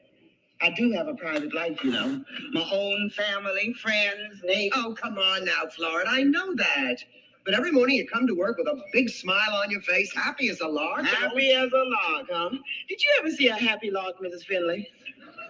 Well, I've been looking at them little birds all my life, and not one of them ever smiled at me. Florida, what are you doing? You don't smoke. They say these things are supposed to relax you. Well, I'm waiting. Now look, Florida. Honey, have you seen a doctor recently? No, it might be possible that you're going through. Look, when women get to be at our time of life, What do you mean our time of life? You don't know how old I am. You forget. You people don't never know how old we are. I'm sorry, I love this line. Woo!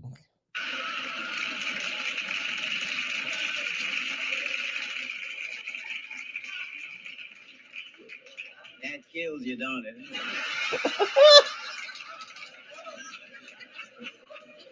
Look, Florida, put down the cigarette and talk to me. Now, if you are this upset, it has to be something very, very, very important to you. I mean, as important as you're thinking of leaving me. You cannot leave me. What do you mean I cannot leave you? I could swear there was a war fought about this kind of thing, and our side won. All right? If that's the way you feel, you're free to leave. Well, glory, hallelujah, thank you. Thank you, Miss Lincoln.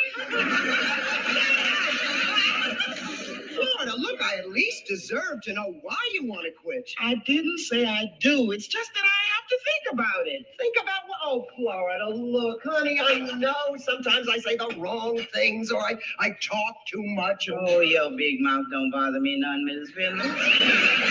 It's kind of like working with the radio on.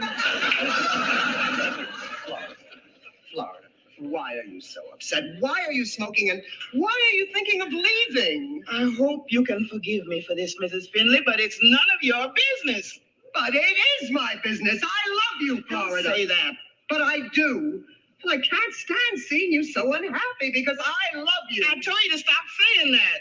My husband keeps saying that, and then he goes right on driving me up a wall. See how these white women want to replace you. She wants to replace her. I love you. Those are my husband. Okay, now she mentioned her husband because she's having problems with her husband who's about to come on the scene. Y'all got to see that scene. But I want you to see how they want to replace the black man, and they have done it. That was their goal in the 70s. This is why you have a dysfunctional black community, because imitation of life. That's what you got right here. This is the imitation of life of that time, and we are living the outcome. For every action is a reaction. For every non-action is the aftermath. This is what we're living, the aftermath of these liberal white people just pushing their way into you, pushing their way into your families, wanting you to think and act like, well, you're my pet project. I've got to fix you. I love you. I love you. I ain't asking you to love me. Just give me a job and let me go home. No, she can't do that. She's got to play around with the pet toy. Florida, you having trouble with Henry? Henry who? Florida, come on. Look me in the eye and tell me that you're not having trouble with Henry. And I said the eye, Florida. You're looking me in the mouth. I like practicing with a moving target. Florida, Mrs. Finley, if you make me cry, I will never forgive you. Here it comes, and I'm never gonna forgive you. Oh, honey, Florida. Okay, I had no idea you were this upset. Sit down. Florida. You see, he got this job driving a cab in his off hours, so just so I could quit work and stay at home. Said he was tired of me working for the man. He said that? Actually, he said honky. I can't understand him. Yeah, remember, this is the 70s. Groovy, hunky, hip. These were the terms that were stated. You live with a man for 22 years. You wake up one morning and all of a sudden he's Superfly. I don't know, Florida, I may be cutting my own throat, but if Henry can afford to have you quit... Mrs. Finley. He's a fireman. His work is dangerous and he needs his rest. He can't drive cabs all hours and then go into a dangerous job. I can't have that. You know what's so interesting to me about that character, her husband? He was a fireman and they still didn't make no money. I thought firemen made a lot of money. I know they make a lot of money now. So in the 70s, they were broke. That kind of always confused me, that he had to be a fireman and a taxi driver and don't get no raise. And they still in the ghetto. I ain't get that. In a couple of years, when the children are older and out of the house, that's when I'll be able to quit. But my Henry, he just won't wait. We argued so bad this morning, there was even the threat of violence. Oh, no, Florida. That's right, and I ain't never hit him before. I'll get them. You stay and finish your cry. It'll do you good. Now listen, she's telling her about her man that wants her to stay home and not work. How many black men you know today want their wives to stay home and not work? See, we got a changing dysfunctional system now. We got these women saying, no, I got to work. You don't have to take another job. I got to work. And that's what's happened. We've all had to work. I've always worked. I've worked since I was 5 years old. I've always worked because my family worked, my mother and my father worked. But here's a man who says, I don't want you working. And here's a white woman say, oh, no, you got to work. You got to stay with me. I love you. I love you. And they got her smoking. The white liberal woman got you smoking. Uh-oh. Come in, Mr. Evans. Here we go. You're Florida's husband. Well, that's one way of putting it, but the other way, which is the right way, is that Florida's my wife. Anyhow, I ain't got but a few minutes. I'm here to pick up. Pick her up, but Florida isn't going anywhere, Mr. Evans. Oh, I'll be the judge of that, Mrs. Finley. Henry Evans! Yeah, that's right. Just like I was telling Mrs. Finley, here come the judge. Now get your things. I'm taking you home. The hell you say?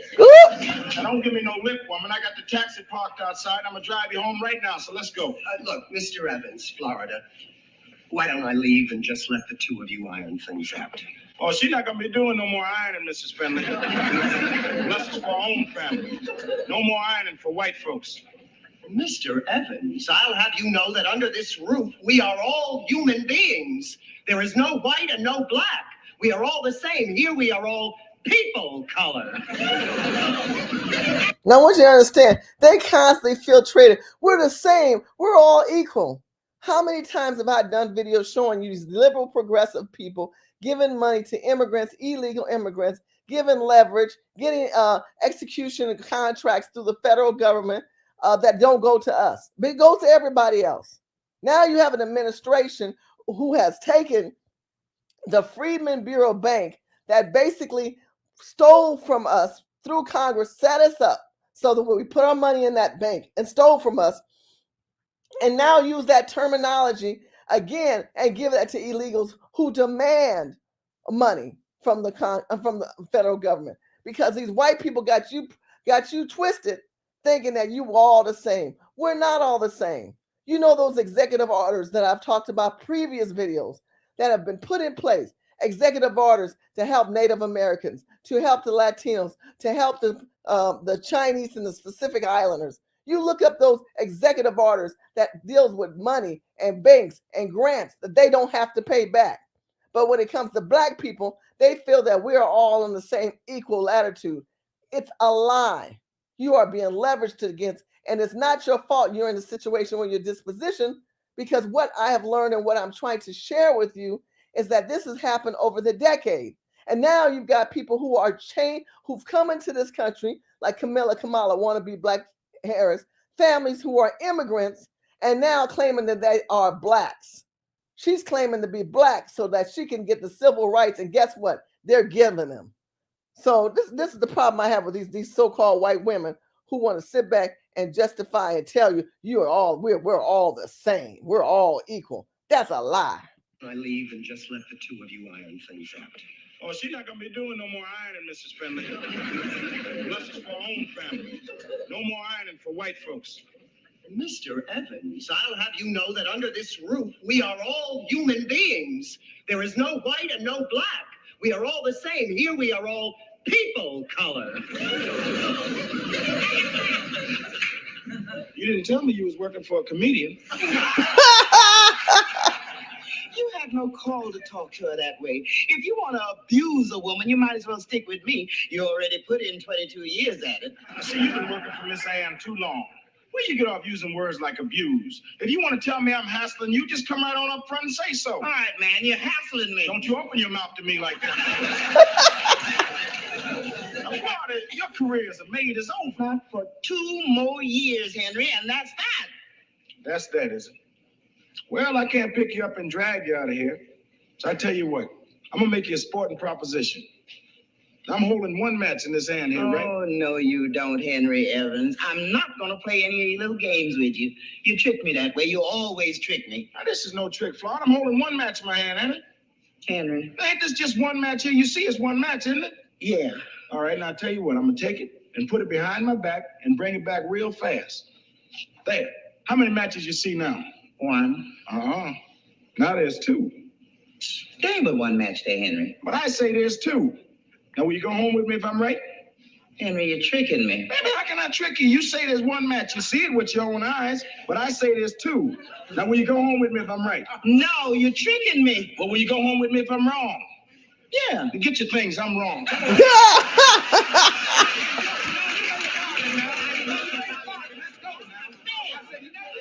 Mr. Evans, Florida, please. I just want you to know that there is absolutely no reason to be uncomfortable about fighting in this house. True love grows best in the soil of emotions passionately expressed. You save that jive talk for the cotton fields, Mrs. Finley. Now, Florida, now hear this. I'm pressed for time now, but when my shift is over tonight, I'm coming back and take you home for good. You hear me? Once and for all, I'm taking you home for good. Now, that's that, over and out. Wait a minute, Henry. No, that's that now, over and out. I'm coming back at 9 o'clock, and I mean 9 o'clock WPT. Florida, what's WPT? Hold on. Does anybody know what WPT is? Put it in the chat room. I'm going to tell you in a second. Let's see how some of you educated Negroes, does anybody know what WPT is in the chat room? You know what WPT is? What is WPT? He said, I mean on WPT. None of y'all know what WPT is? WPT. Yes, no, don't know. Okay, I'm going to tell you. It's going to tell you. What does CP time mean? That might be a little clue. Oh, let's keep going. White people time. If he didn't mean 9 o'clock sharp, he would have said CPT, that's colored people time. Which means shuffle on in when you feel like it. All the male chauvinist pigs. I mean, he's something straight out of the Dark Ages. Nothing racial intended. Oh, Walter. Look, honey, before you go to work, I know that you're doing inventory this week, but it's very important that you be home no later than 9 o'clock. Florida's husband wants her to quit her job. Now, she doesn't want to do it. Honey, he's coming by at 9 o'clock to pick her up and take her home. Please be here. You know, maybe another man can talk some sense into. Another man is right. I wouldn't touch this with a 10-foot pole. Now, look, Maud, I'm sure that Florida understands. We have no right to interfere in her marriage. And I have no time for any of this jive talk. Now, Florida and I need your help. So you be back, Walter, at 9 o'clock sharp. And I mean WPT. Florida, what the devil is she talking about? I think she's turning black by osmosis. Now, look, Maud, if Mr. Evans wants his wife home, that's his right. We're not going to get involved. I absolutely forbid it. You absolutely forbid it? You heard me. We're staying out of this. And that's that. Over and out. Uh-oh. Welcome to the Dark Ages, Mrs. Finley. No. Again, I'm going to put the link so that you guys can see this video. It's amazing. I'll probably do some more videos talking about how the white liberal progressive woman is continually infiltrating into our communities and talking to our communities. Look, if you guys don't realize this is something that has been around for a long time and you don't understand, it's because of those type of women. That's what it is. Oh, we all saw it. Okay. White people town. Somebody got it. Thank you, Jesus. Welfare. No, it wasn't welfare. It was white people time. I had it to Google it. But you did. Hell, I did too. No, I'm kidding. I knew CP time. So when she said C, she just put a W in front of it. That's how I came about figuring out, you know. And the terminologies of we've been changed by so many names. You ain't lying, Lisa. From Negro, colored. I've shared that before, how my mother's birth certificate says color. Mine says Negro. And somebody, I think when my oldest son says African American, and now they don't have nothing on there. These liberal progressives, boy, they just are a piece of work. And so these terminologies that they got at the CPT, WPT, JPT, and JPT. I mean, come on. I know Japanese people have a certain time frame. I don't hang around Japanese people. But there's different opportunity. That segues to one more thing I wanted to show you. We talk about Black people and opportunities. Sometimes, you know, you've been watching Phil and Dinah's talk about Black people moving out of the country. Hold on. I want to show you how some Black people have totally moved out of the country and started their own business. This brother moved to Japan. Now, if you're sick of the United States, you don't have to move to Africa. You might want to think about moving to Japan. What? What are you talking about, Shirley? Yeah, I'm going to show you one more video. You know, CP, TP, and Japan time. Here we go, people. Watch this story. This is an African-American owned bakery in Tokyo, Japan. We're going to go there right now to hear Kyle's story. So stay tuned for that. Welcome to Kyle's Good Finds. Just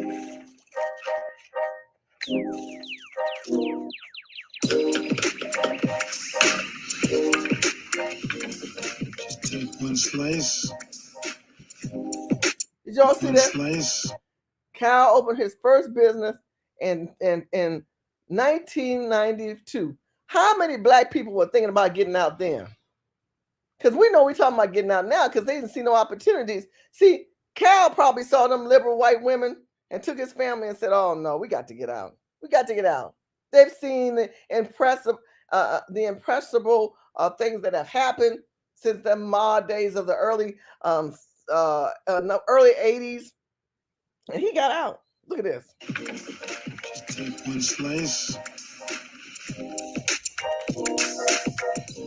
6 carrot cake is the most popular. That's the one that I make more than one of generally. Everything else I just make one cake.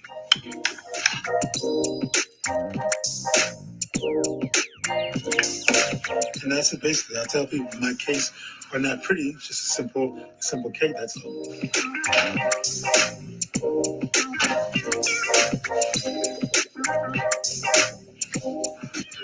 Thank you.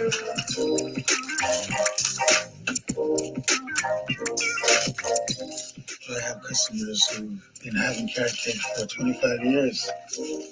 I had a young Japanese come in, newly married with his wife who's visibly pregnant with their first child. He said he had my cake as a child himself.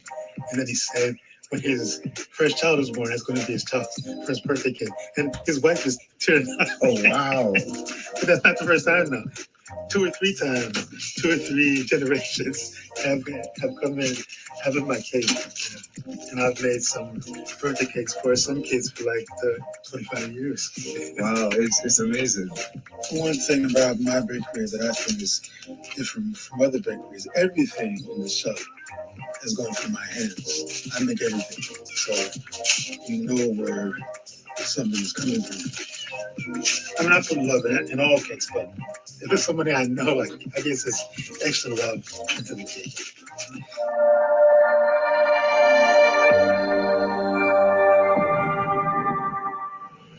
Hey guys, what's up? Welcome to another episode of The Melanated Files. My name is Ranzel, and tonight I'm joined by Kyle from Kyle's Good Finds, located in Nakano in Tokyo, Japan. He is an African-American baker in Japan. He's been here for over 30 years. So we're going to get into his story right now. Kyle. My name is Kyle Sexton. I've been in Japan since December 26, 1984. I'm from York, Pennsylvania, but I came here from New York City.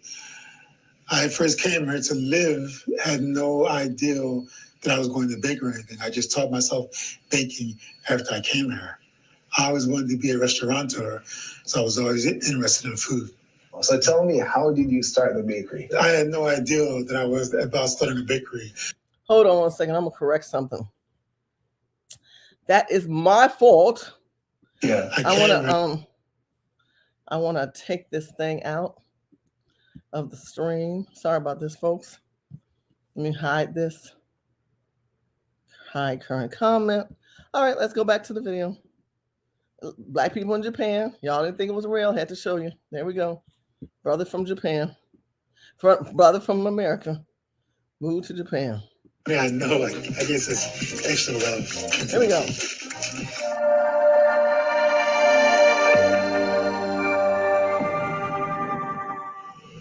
Hey guys, what's up? Welcome to another episode of The Melanated Files. My name is Ranzel, and tonight I'm joined by Kyle from Kyle's Good Finds, located in Nakano in Tokyo, Japan. He is an African-American baker in Japan. He's been here for over 30 years. So we're going to get into his story right now. Kyle. My name is Kyle Sexton. I've been in Japan since December 26, 1984. I'm from York, Pennsylvania, but I came here from New York City. I first came here to live, had no idea that I was going to bake or anything. I just taught myself baking after I came here.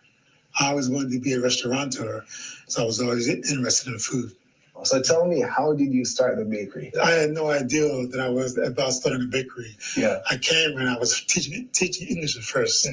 I was baking cakes as a sideline. I would go to parties and I would bring a carrot cake, or I was selling cakes to Japanese who came from America and wanted an authentic American cake. When I say authentic, I mean I follow the recipes as they are in the American cookbooks. Everything you read about Japan and the food industry says that you have to change your taste to fit the Japanese market. But from day one, I was never going to do that. Even if I had to find a specialized customer who wanted an authentic cake, that's what I was going to go for, but it wasn't necessary. My regular customer is a Japanese housewife, and they just like it the way it is. Well, I suppose they do. They always ask, is it sweet? Am I this kind? I say yes, but they still buy it, and they come back, so. I heard a fascinating story of how your friends helped you to start. I had no plans to start a bakery. Of course, people knew that I baked, and people liked my carrot cake. Out of the blue, 3 Japanese friends decided to lend me 1 million each. And then another group of friends actually found the actual spot for me. So they sort of pushed me into it. Okay. So now I tell people, everything you read about the business in Japan, it says that 3 most important things are location, location, location. But in my case, it didn't matter. I mean, I got this place just by dumb luck. So my location, it wasn't all that important. Okay. But I tell people, unlike other bakeries, I'm not that dependent on just walk-in customers. Because I ship out things, and back then I was taking cakes all over Tokyo by hand. But also, when I first came here, I would see like mom and pop stores, and I would see no customers going, and I was wondering why. How can they stay in business? But you can't always tell whether somebody is making money by how many people go in. True. But these days, I see shops closing after 6 months, and I wonder how they can know after 6 months why they just folded up. But I suppose people tell me because somebody else is backing them, and the person doesn't want to keep losing money. But I never had any backers. Okay. The 3 people who lent me money, I paid them off within 1 year. Okay. I mean, they lent me money, and then the rest of the money was me and my wife's money. Well, probably my wife's money mainly, because I didn't have any money back then. I'm sure my wife didn't think that Japanese would come in here and buy cakes, but we've been successful from day one. Okay. Wow. So did you communicate a desire to start a shop or any business endeavor at all? They just spoke amongst themselves and said, Yeah, we're going to talk to they didn't know each other, so. Oh, wait. So 2 of them knew each other. So how did that happen? Like, I don't. Wait, so one day 2 came with $1 million in each for the bakery, and then another person who's not connected just came. Like, how did that? Well, years ago, I was in an organization called JAFA, Japan Afro-American Friendship Association. Okay. Whose goal was to learn from the Japanese and expose the Japanese to African American culture in general.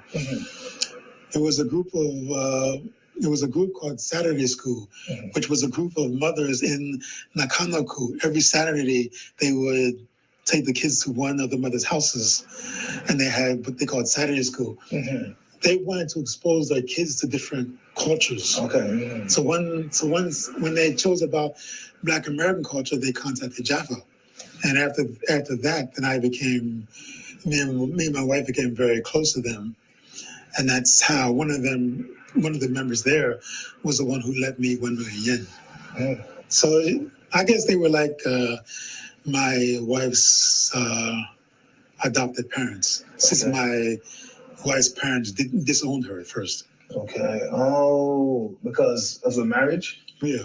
Oh. But they didn't really disown her because they still kept in contact. They just didn't have anything to do with me. They didn't see my son for the first 5 years of his life. But then when they finally met him, then I was just thinking, what was the big deal? Because they just loved him so.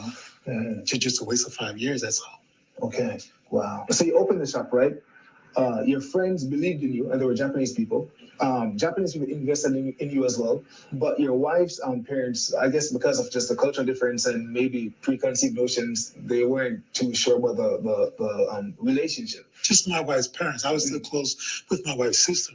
And then I met my wife's aunts. Yeah. So apart from that, the community, was this the first place that you opened this shop, or was it in a different location? No, it was always here. Okay, so how did the community embrace you when you first opened your doors here? Well, because Saturday school, the mothers, they were like my volunteer workers here at first. Okay. And they put flyers in doorways, and it was a lot of mothers. So that's how I came to this area, and that's why I'm known in Nakamaku. How did the Japanese respond to the cakes and the things that you made? Well, they responded favorably. I mean, there was never any, no, they just liked it, yeah. I mean, sometimes people come in after 20, 25 years and say, and they're surprised that I'm still in business. And I say to them, why wouldn't I be in business? Yeah. I mean, they're shocked that I'm selling the same 5 things that I was selling 30 years ago. Okay. So, yeah. What would you credit for your longevity, for being here that long? I have no idea. No idea. I suppose because I love baking, yeah. The one thing that I always tell people that if the business fails, then you just start something else. Mm-hmm. You're not a failure just because the business failed. Mm-hmm. You're not a failure. So why Japan? Like, what got you interested in Japan in the first place? I went to a sushi restaurant for the first time. Mm-hmm. Woke up the next day, in my heart, mm-hmm. I just wanted to learn about Japan. I was 19, I suppose, and at that time, I didn't question those kind of things. Mm-hmm. When something like that happened, I never questioned it. I just followed it. It could have just easily been, I could have easily gone to an African restaurant, but I went to a Japanese restaurant, and then it happened. Mm-hmm. I never asked myself why. I mean, I know exactly when, but I don't know why. I never thought about it. For like 9 years, I was telling people I'm going to move to Japan. And then, I came here with only $300, which ran out very, very quickly. The only thing I was worried about, the only thing on my mind was getting thrown out of the country. Not how to eat or find a job. I wasn't worried about that. I just didn't want to get thrown out of the country, that's all. Money ran out very, very quickly in the first 3 weeks. So I called my father to ask him for a loan, and he lent me $5,000. But then one of my jobs in New York City, they had profit sharing, which I didn't even know about. Okay. And I knew there was some money coming to me, and then when that money came, it turned out to be $1,500. And this was when the exchange must have been in like almost 300 yen. Okay. Yeah, so it was good. And then after that came, I was in no hurry to look for a job. Although my Japanese girlfriend at that time, she was trying to pressure me into getting any kind of job. And I half-heartedly looked, but I was never really interested in working. I mean, I just wanted to live here. But yes, I did work. Eventually, I teaching English, as almost everybody does there. But during my obsession in New York City, my circle of friends were Japanese, and I had a Japanese girlfriend. So when I came here, they introduced people. There were people here waiting for me to help me out. So it's not like I just jumped here and didn't know anybody. I knew people, yeah. What about the language? Was that a barrier when you first came? Not when I first came, because I was studying Japanese in the States. Okay. Although my wife and children now are embarrassed by my Japanese, and whenever I'm on TV, they say I speak so bad that they're embarrassed. Okay. But you got around back then. Yeah. Okay. So what are some of your product offerings here? So every day I make carrot cake, cheesecake, banana bread, and brownies. And usually besides that, sometimes I make applesauce spice or zucchini bread. On Saturday, when there's more foot traffic, I make those plus pies, generally cherry pie, pecan pie, and apple pie. But my policy is 2 days in advance, you can order anything you want, from a slice to a small bag of cookies. Most of the things that I make, I've never tasted in the States. When I say authentic American recipes, cakes, I follow the recipe. I've not necessarily tasted any what I make in the States. Okay. So they may be sweeter, but I didn't change any of my recipes to make them less sweet for the Japanese. Is there one lesson that you learned in Japan that, over the 36 years that you could impart to people watching, like one lesson? Persevere. Persevere. I mean, I don't know what's luck or what's happenstance. I mean, things happen to me. Maybe they don't happen these days. I mean, when I had my first good English teaching job, I was actually teaching in junior high school. Okay. And I don't have a university degree at all, so I shouldn't have been able to do that. But I still got the job. Okay. But at that time, I told people, the longer you're here in Japan, the wider your circle of Japanese friends are, the more work you'll get because you just have a wider range of people. But things just happen. I mean, I was teaching in a public school, and just one time I was on the subway train, and I was sitting next to the superintendent of schools one time. It just happened. That's all. Yeah. So, like, what has your black experience been like? Being back in Japan, like, has it changed over the years? I don't think so. Yeah. No. No. But I mean, hasn't changed, but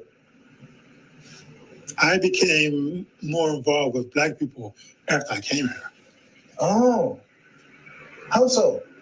Because when I was in the States, I only worked. I mean, I worked 2 full-time jobs, and I didn't really go out that much. And then when I came here, I met blacks from all over the States, from the West Coast especially. I mean, some of the things they told me about the West Coast, I had never heard about. I mean, in New York, I mean, you can walk any place. I mean, no policeman's going to stop you because you're walking in this neighborhood, not in New York. Yeah. So your black experience in America at that time was very positive, you would say? Yeah, because I was insulated. Before I left home, I was very insulated because I had 53 first cousins. 45 lived in the same town. Okay. So my family was all around me. So, of course, there's racism, but my family was a buffer. And when you came to Japan, you never experienced racism? Not overt, no. Okay. Maybe because I'm the kind of person who doesn't care, but I mean, it never. If it didn't bother me, then it would never register to me. I mean, of course, when I saw Ijime with my kids, that registered. But I mean, it never. Something with me would never bother me. No. Okay, so Ijime as in bullying, right? Yeah. So did your kids experience a lot of that coming up? I thought that they did, but my wife keeps telling me that I'm misremembering. So. What did they say, your kids? What did they say about their experience in school? But when they got bullied, I mean, of course, she would go to the school administration from day one and put her foot down. So you have to do that, or else it will keep happening. But my kids have always been what I used to call mini leaders. They were like the leaders in the group. When my son was in elementary school and the Japanese girls were getting bullied by other guys, they would go to my son for help with the bullies. So, okay. So he was like a leader in that respect. You have 4 kids, yeah, right? Was there anything that you taught them particularly that you think gave them that character? They're culturally Japanese, but I always tell them, when somebody sees you, they're going to see your dark skin first, so you're always going to be black. Yeah. Any advice for other parents who have mixed kids in Japan? Just love them. I mean, I don't know how it is now, but back then I would meet black fathers, black American fathers who could not even speak Japanese, and the kids couldn't speak English, so there was no communication at all. Okay. I never spoke Japanese to my kids. They thought that I could not speak Japanese. I only spoke English because I wanted them to learn English. And from day one, from when they were first born, my wife read to them in Japanese. I read to them in English, sometimes the same book. That instilled in my kids a love of reading, which they love to this day. That's important. I've had Japanese workers on and off, but not in the last 15 years. Any advice for other black people who want to come to Japan, right? Any advice for them? If you really want to come, just come, that's all. I mean, maybe it's not as easy as it was when I first came here, because I just came on and hopped on a plane and came. But I was 27. I should have been more adventurous when I was younger. But my goal when I was 19 was to move to New York City. And I thought that would be my dream until I got obsessed with Japanese culture. Now, Tokyo is my number one city. If you have a dream, just follow it. Don't let anybody dissuade you. If you're young enough, you can do almost anything. And if you fail, try something else. That's all. You seem to have really good relationships with Japanese people. Is there anything that you've learned or anything that you can pass on to other foreigners to have a similar sort of like relationship with Japanese people? Just be open. That's all. Don't have any preconceived ideas about the Japanese. I meet people who are here, but they complain about it all the time, and I wonder why you stay here then. Yeah. My first year, the first time I was published in the Japan Times, foreigners all over Japan, they were like calling me and like congratulating me. And I think people thought it was much harder for a foreigner to open a business in Japan. Maybe it was hard. Maybe my wife did everything. I don't know. What's one of the best and worst experiences you've had in all your 36 years in Japan? I can't think of worst experiences. Maybe I just don't think about those kind of things. What about the best experience? One off. I guess I have to say meeting my wife. So, where did you meet your wife? At JAFA, Japan Afro-American Friendship Association. Okay, and was that in your first year, second year in Japan? That was my first year. Okay. I mean, I met her within 3 months, and we got married within 6 months. Okay, and you've been married for over 30 years. 36 years. Oh, wow. Congrats. How has COVID affected business? It made it busier. I mean, I asked my wife, I thought cakes would be the last thing that people wanted. But then she said people are being more local. They're not traveling as much. She also said maybe it's a comfort food. But I never think about Japanese having comfort foods, but I guess maybe it is. Where can people find you online? KylesGoodFinds.com. So Kyle, thank you so much for your time. I want you to see this because there were a lot of great takeaways. Shout out to Black Experience in Japan. I think it's a great channel. I think it's a channel that basically talks about us as people that interact with other cultures of people. So many times we get beat up in so many ways, and we beat other people up, and no doubt. But you would be surprised. There are Black people who are not living in America anymore, and they have moved to Japan. And let me show you one more thing with this video. They moved to Japan. They got out of the States. Or a lot of us, it kind of reminds me of that Josephine Baker story. You know how Josephine Baker got out of the States. But look, this is called the Black Experience, Japan Experience. I mean, these people started their business. They're living in Tokyo. They are interacting and buying things. They have money to spend. Notice how he also said that he had people that helped him start his business, people who showed him how to set up the location. And he was a baker. Did you hear that? He wasn't even a baker. He learned to be a baker. This video talks about dating Black Chinese women, exploring Japan and Tokyo. Here's another one. It's only 3 minutes. So this is how we're going to be walking around in this hella hot summer, right? Mask on, shades on, hat on. Y'all don't even know if this is Ranzo or not. It could be someone else. It could be an imposter. This is the Koranke Gorge right behind me, right? These trees, the foliage changes in autumn, of course, and it's beautiful. I've never seen it before in person. I've seen it on Google. It's the summertime, so I won't be able to show you guys at this time, but maybe it's at some point in the future I'll return. I can't say when, but I intend to. Welcome to another episode of Rolling with Ranzo. Today we are in Aichi Prefecture, myself and my beautiful family. Let's go.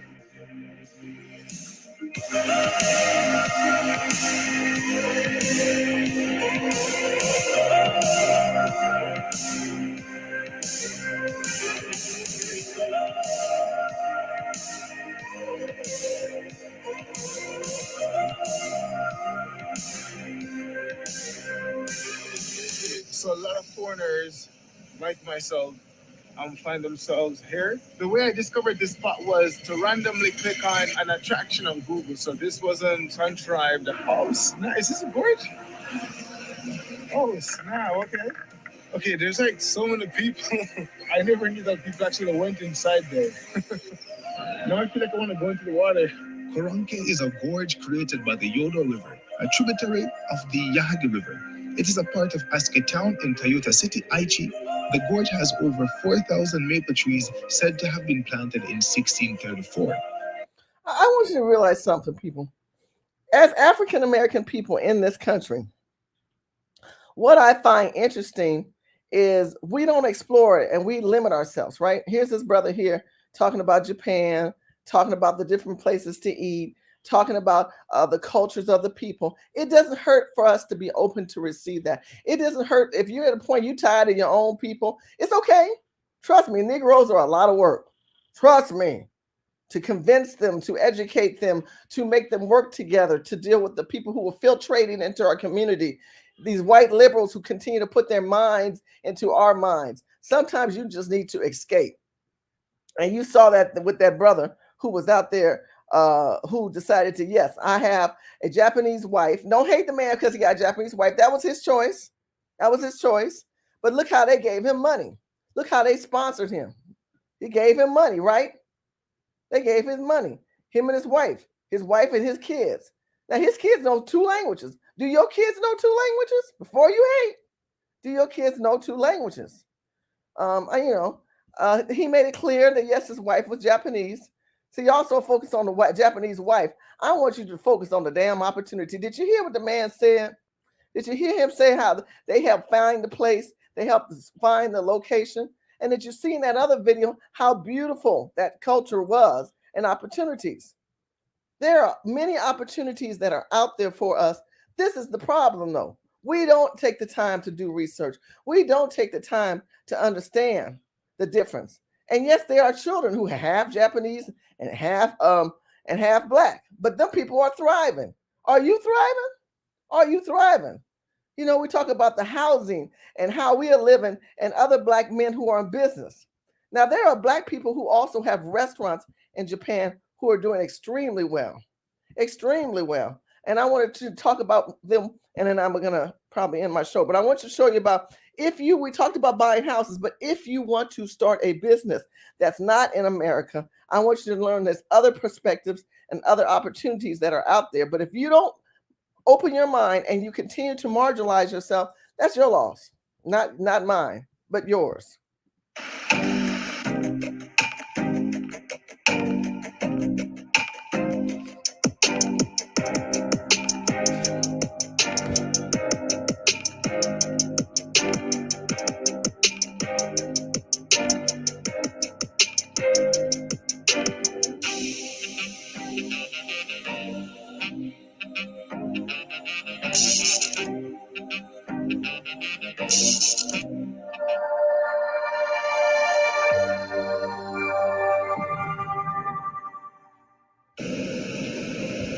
Hey, welcome to After Super Club. So basically, this is our reception. Don't forget to sanitize. It's coming.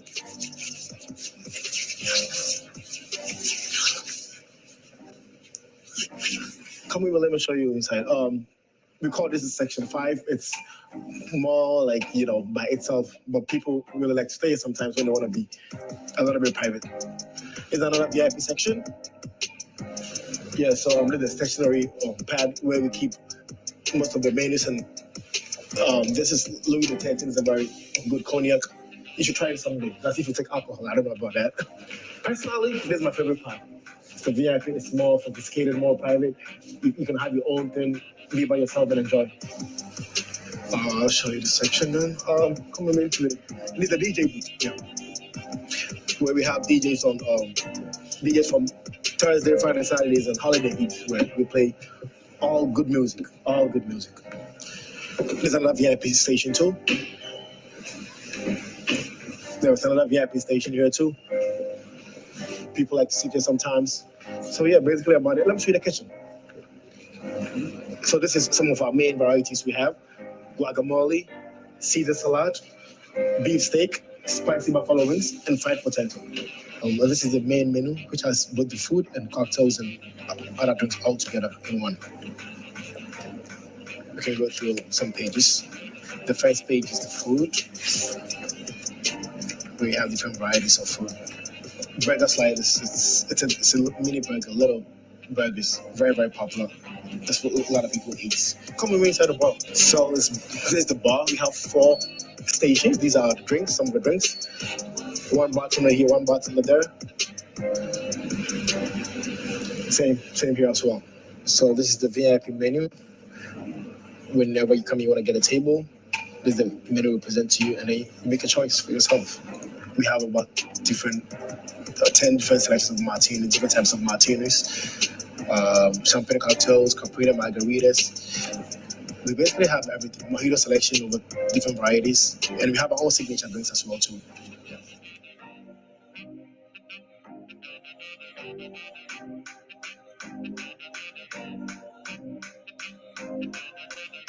Welcome to another episode of The Melanated Files. My name is Ranzo, and today we're joined by Frank and Kobe, right? 2 of the 3 owners of R2 Supper Club right here in Tokyo, Japan. We're going to hear their stories right now. So Frank and Kobe, can you introduce yourself to the world? Tell them who you are. My name is Frank Anthony Amanfo. I'm from Ghana. Akan tribe, the biggest tribe in Ghana. I've been in Japan for over 25 years, and I'm one of the owners in R2 Supper Club in Lopongi. I'm Kobe Opoku. I'm from Ghana as well.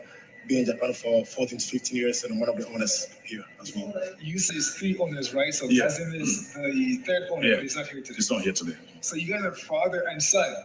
Father and son. Like father and son, right? I mean, but you know, some people take it like a family, like family, like brother, you know, junior brother, senior brother. However you want to take it, it's beautiful though. You know, right? you know how it is, but sometimes.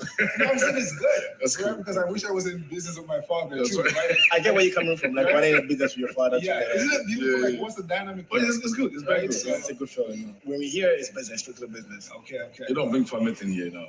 So Gazim is also a relative as well? Yeah, Gazim is from Sudan. Oh, Sudan. Yeah, it's Okay, like so Ghana it's and like a friend. And, you know, we all team up to get this place. Yeah. So tell me some more about R2, right? Whose idea was it? Why did you decide to come into this business specifically? Well, as I would say, R2 is like we took over from a different company. Okay. We didn't establish, from the beginning.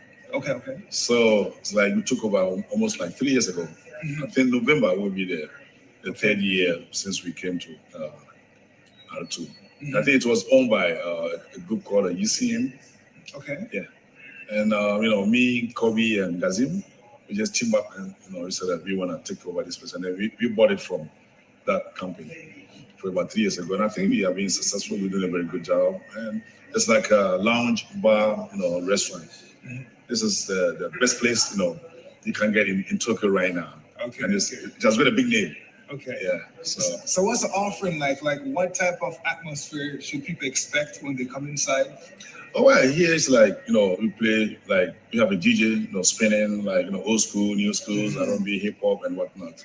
And it's like, we deal with foreigners and Japanese. We have about 60% foreigners and about 40% Japanese. Okay. So this is the place where, you can come and enjoy yourself whenever you're in Japan.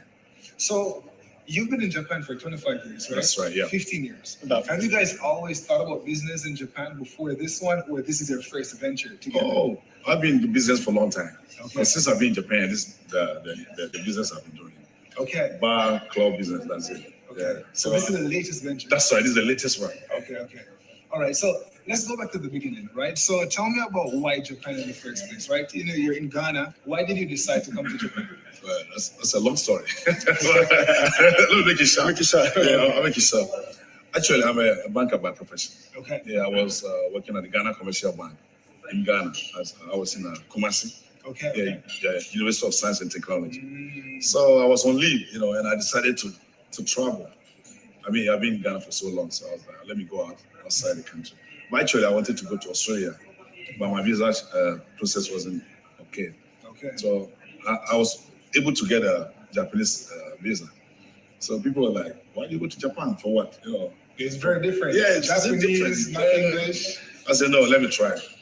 So, I took the opportunity to come. And then, first time I got here, I was like, damn, this is a good place. I mean, you know, somebody from Ghana, and then you being in Tokyo, it's far different. So I decided to stay. And then when I was coming, I was having only $200 in my pocket. Wow. Yeah, and I was just walking around because I had one of my friends told me there's a guest house called English House in the Kibukro. So I went there. Unfortunately for me, when I went there, I saw a Ghanaian guy. So I was like, oh, I'm so happy to see my own brother. Okay. And very fortunately, he lives so close to me in Ghana. I mean, he lives. In Ghana. In Ghana, yeah. But I didn't know him. So he was the first guy to give me spaghetti to eat. Okay. That was the first time I tasted spaghetti. Okay. And they said, hey, you know, he used the language in my country, say, Akwaba. It means you're welcome. Okay. And I said, okay. And then he said, Frank, go ahead and eat spaghetti. And then I didn't know how to eat spaghetti. So I was so hungry and no money. Okay. Yeah, so I had to try. And then from there, you know, he gave me a job, but I didn't like it. That was too hard for me, like a construction job. Okay. So I just told him, man, I can't do it. And I came to Roppongi in a 2 weeks time, and I met one French guy. He was like a manager at one antique bar restaurant in Roppongi. So he asked me, do you want to work? I said, why not? Of course. So he took me there. And I said, okay, I'll do it. So the following day, I started the job. And as a waiter, you know, I didn't know nothing, no language. That was very, very, you know, difficult for me. Because in those days, it's hard to get Japanese people speaking English. No, and I don't translate. That's right. So it was so difficult, but that's where I began to learn my language. Because that time, I didn't have enough money to go to school. So I decided to, you know, do my own thing. And I was able to learn the language. And then gradually, you know, I became the manager for the place. So from then I started, you know, thinking if I can do my own thing. So I had a friend also said, Frank, let's come together, let's open our own bar. And then eventually we were able to do something. So my first bar here was called Sabon. Okay. Yeah, and then we able to open another one called Nature. So I was trying to, you know, expand my business. Okay. And then I had another one called Midas, but I closed the Sabon. So Midas became so famous, and I had a lot of, you know, artists from US. Beyonce even came to my place. Okay. Yeah, Jay-Z and all those kind of. And then from there, I met Gazim. He was my friend. So he also came and said, Frank, I know you have the experience, so let's put something together. And then I said, okay. Then Kobitu was, working with UCN. So when did you come to Japan? So I came to Japan like 15 years ago, right? So was that after the first? That was after Midas. After Midas. That's right. No, I came to Midas. Oh, you came in the middle of Midas. Actually, I worked at Midas with him when he owned Midas. Okay. So when I came to Japan, I was working together with him on Midas. So I got experience through Midas. Yeah. So when Midas closed down, that was when we all came together to do another. So was it your decision to come over? Were you like, oh, I want to join you, Dad? That was my decision to bring him down here. You know, when we come from us like that in Ghana, like, you know, when I finished high school, I didn't want to go to school. I didn't want to continue school. I wanted to come to Japan. You know how it is. You know how I wanted to travel. I'm like, nah, I don't want to live in Ghana. I need to travel. I need to come out here. Because I'm there, I'm seeing all the. Because when I go home and he see me, it's like, damn. You know what I'm saying? Like, I want to join you. I need to come here. So he brought me out here, and then I went to Japanese language school for 2 years. Then after I enrolled to an American university. Temple? Nah, Lakeland. Everybody say Temple. Because that's what everybody knows. Lakeland College is affiliated to Wisconsin now. Okay. Yeah. So whilst I was going to university, I was still doing part-time with him at Midas. Yeah. I studied business management out there. And that was it. Yeah. And now we're here. Okay. Yeah. I wanted to ask you something though, because you said you were a banker in Ghana, and then you came here. So did you leave everything? Was it like a spur of the moment decision? Yeah, that was a very strong decision I took. Even my dad wasn't happy. Yeah, he wasn't happy. Yeah, he was disagreeing with me.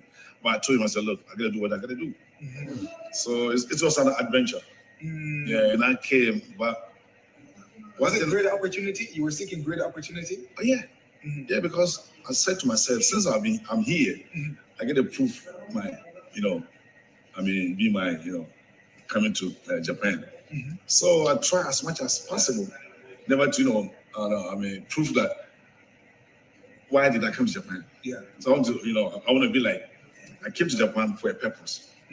So I have to struggle and I have to be, very serious about everything I do. And I think I was successful. Yeah, established my own company. But something happened, so everything has to be, go away. And now I'm back to the system. Okay. Yeah. So, what's the biggest lesson you've learned, right? So you came here, you've built up, successful businesses. What's the biggest lesson you've learned? Well, I've learned a lot because this is compare Ghana and Japan is different.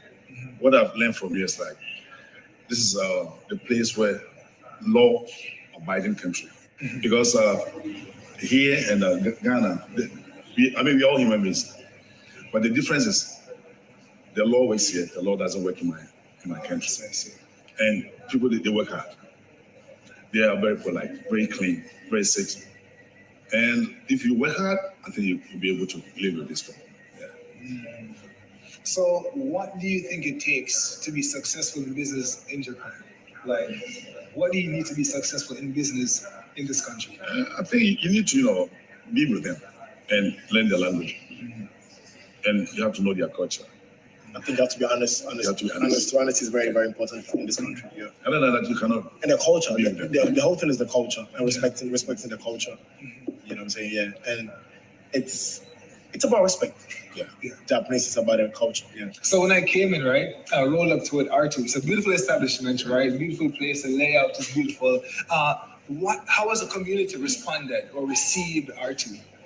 Oh, they receive it a very, very nice way. I mean, they community. Love it. Yeah, they love it. And it's like, if I tell you the average age coming here, you'll be surprised. Yeah, they're young, old, women, men, we get entrepreneurs, diplomats. Yeah, it's just, people love it. Yeah, because I feel like other people, like other Black people seen it, or Africans or Ghanaians, right? They would be inspired. Yes, because it's a beautiful place, right? So how is the community like in terms of the Black people with businesses within Roppongi? Is there a lot of synergy, a lot of like relationships? Oh, we have a good relationship. Yeah, very good. It's a lot of unity. Yeah, it's a lot of unity. We support each other. Okay. Some Black people come here, we go to some of their bars. We all support each other. So when you came here, did you have a degree already when you came to Japan? Yeah. So you went to the master's. Yeah. So how did you feel inside when you had to do a construction job, right? Because now you're a banker. Like, what did you tell yourself to do that job? I didn't have no money. Okay. I was broke. Okay. So at least I had to try and get something to buy food. But I did like 2 weeks. I swear to God, that was out. Okay. So it was too hard? Yeah, too hard. I can't do it. So there was no pride involved, right? You never came. It's not about pride. For me, pride is something different. Yeah. That's it. I want to survive. I don't care about pride. Okay. I'm going to stop it there because I'm going to definitely give you links. I want to give you some takeaways from what we've learned tonight. I thank you guys so much for watching and paying attention and being engaged. And I thank you guys so much for understanding that we are living in times where in other countries, from Black Americans to Africans are even thriving. Here, this man from Ghana saying, look, the laws are not straight in Ghana and that the living in Ghana is a little different than here. And he's grateful to be in Japan.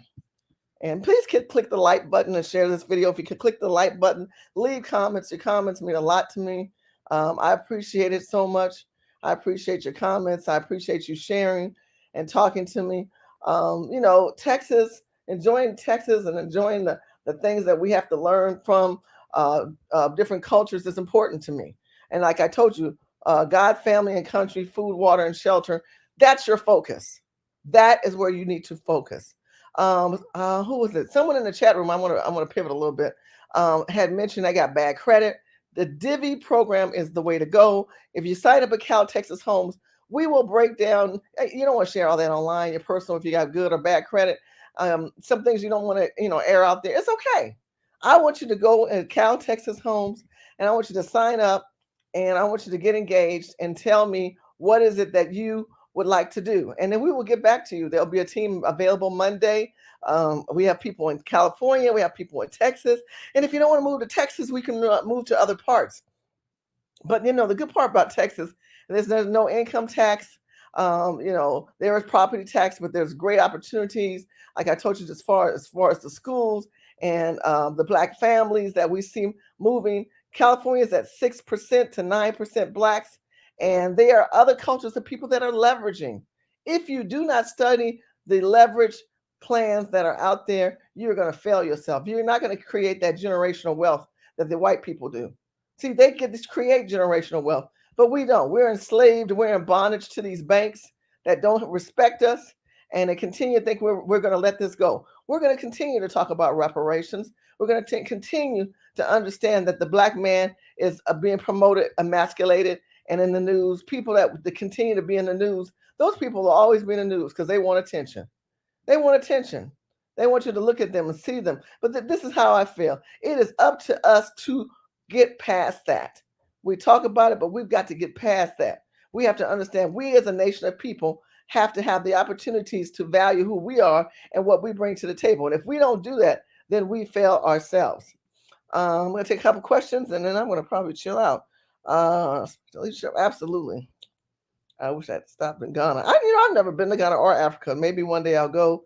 Phil and Dinus have asked me, and I haven't had a chance to go. So maybe one day. Yeah. So it's important, and it's also important that we share. She said, "I'm hating." We see people succeeding, and yeah, we can hate, but we don't have to. We can learn from it. You remember, like that brother said, Eric Coffey said earlier, if you put your mind in a position around people who are succeeding, you can succeed too. But if you're not going to have yourself around like-minded people, and you're not going to say, "Hey, how can I do better at this?" You never succeed. You'll never succeed. I told you got to go to those conferences. I told you got to learn about the SAMS numbers and the opportunities that are out there. But it's the quality of people that you're around to the point that you see yourself at that level. Remember, it's the quality of people you surround yourself to see yourself at that level. What level is that? Whatever level you want to be at.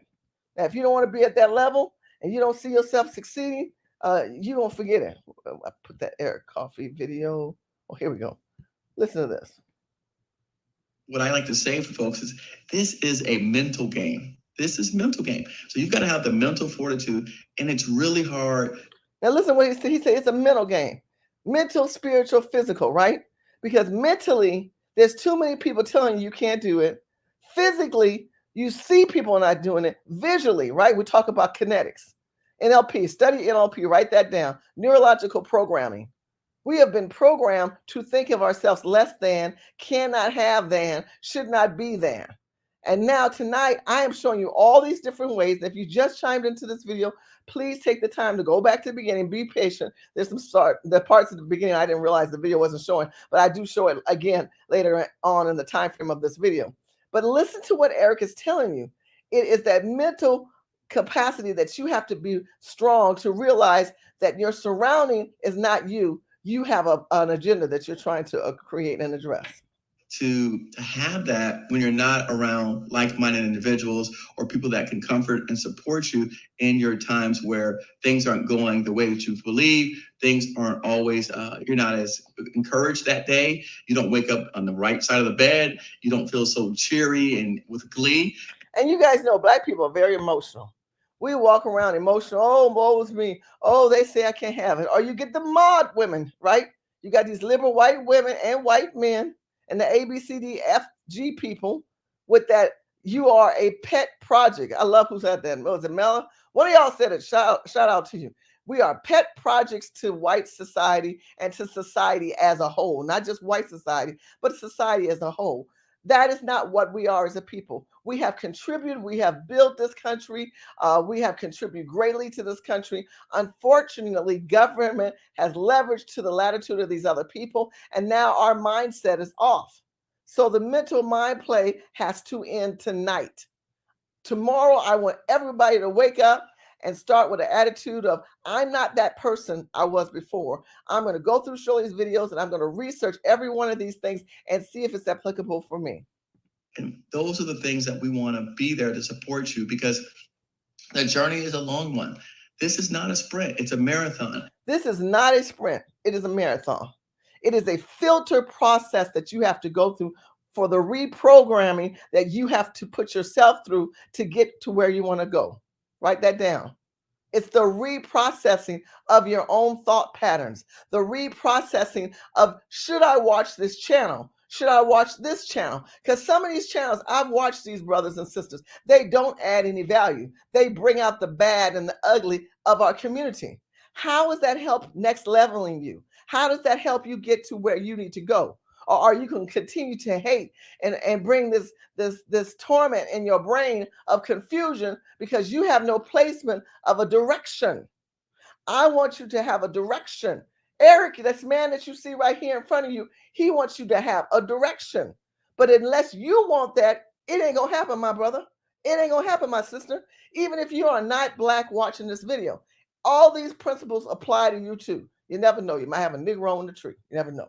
But the fact of the matter that African American people, because of the way the programming of this country and the liberal leftist Democrat agenda has played in our community, we are hopeless and weak in their mindset. We are pet projects.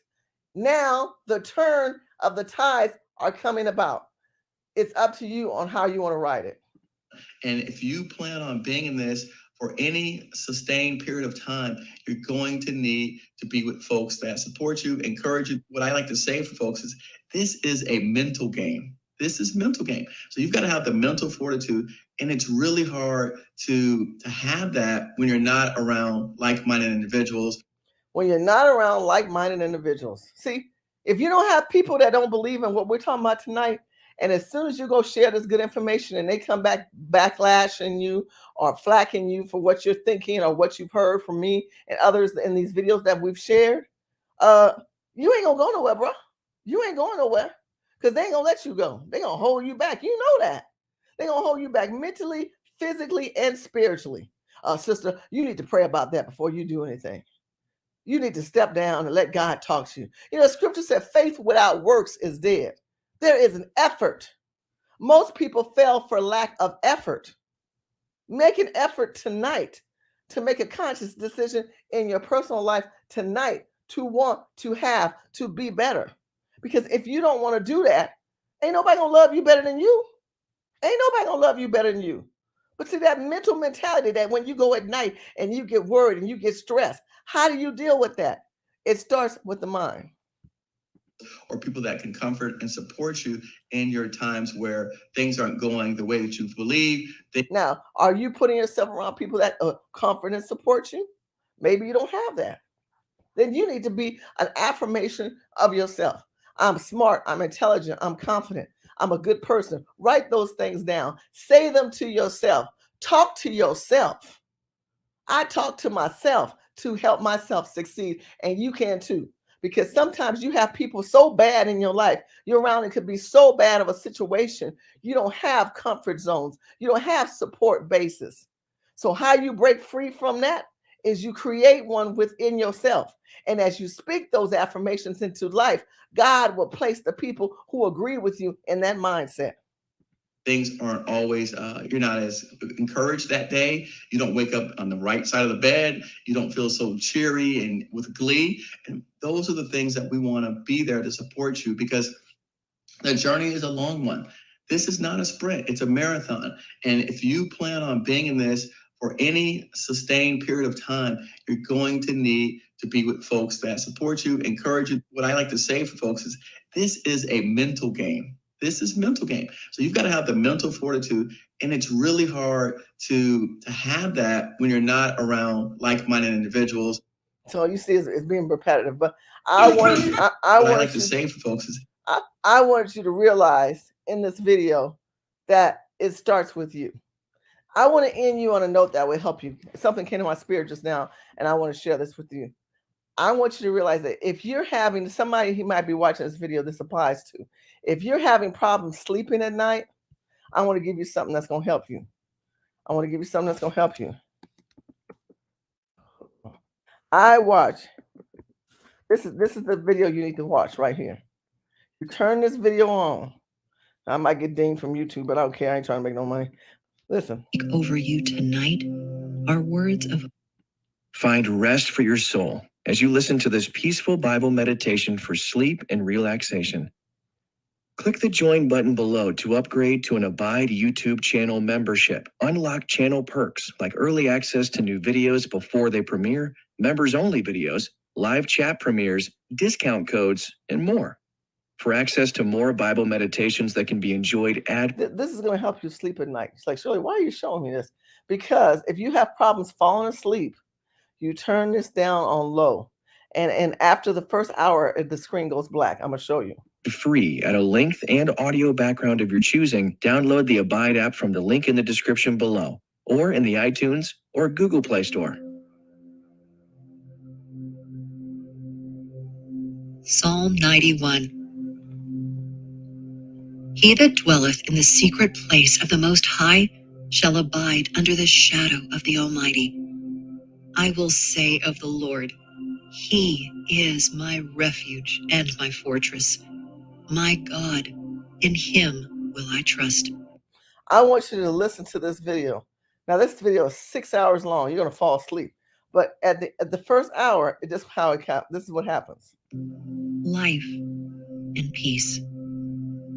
Ask the Holy Spirit to send words of comfort through this meditation, and know that His angels are here to protect you as you rest tonight. I want you to realize some of you guys are mentally stressed out. You're mentally stressed out. You have no direction. Your confliction that's in your life is constant. It doesn't have to be that way. You just have to balance yourself. You have to find words of affirmation. You have to stand on God's word and have faith in yourself. And even if you're not a Christian, just give it a shot. Give it a shot of being able to meditate and find that peace. And so I wanted you to see that channel. I love you guys. I thank you so much for watching and sharing and listening to my beliefs and my ideologies, because I want you to have good fortune. I believe many of you needs to speak life to yourself, because there's too many people in life that don't want us to do well. They don't want us to have quality. They don't want to see us to be helped. And if you have low income, honey, you got a income. You could be homeless, like in my homeless videos in Los Angeles. But again, go to Cal Texas Homes. Let us help you. Let us help you think through your situation. You should have signed up by now and said it 40,000 times. And please make sure you like and share this video. And I appreciate you so much, because the things that we do to help each other makes us all be able to move forward.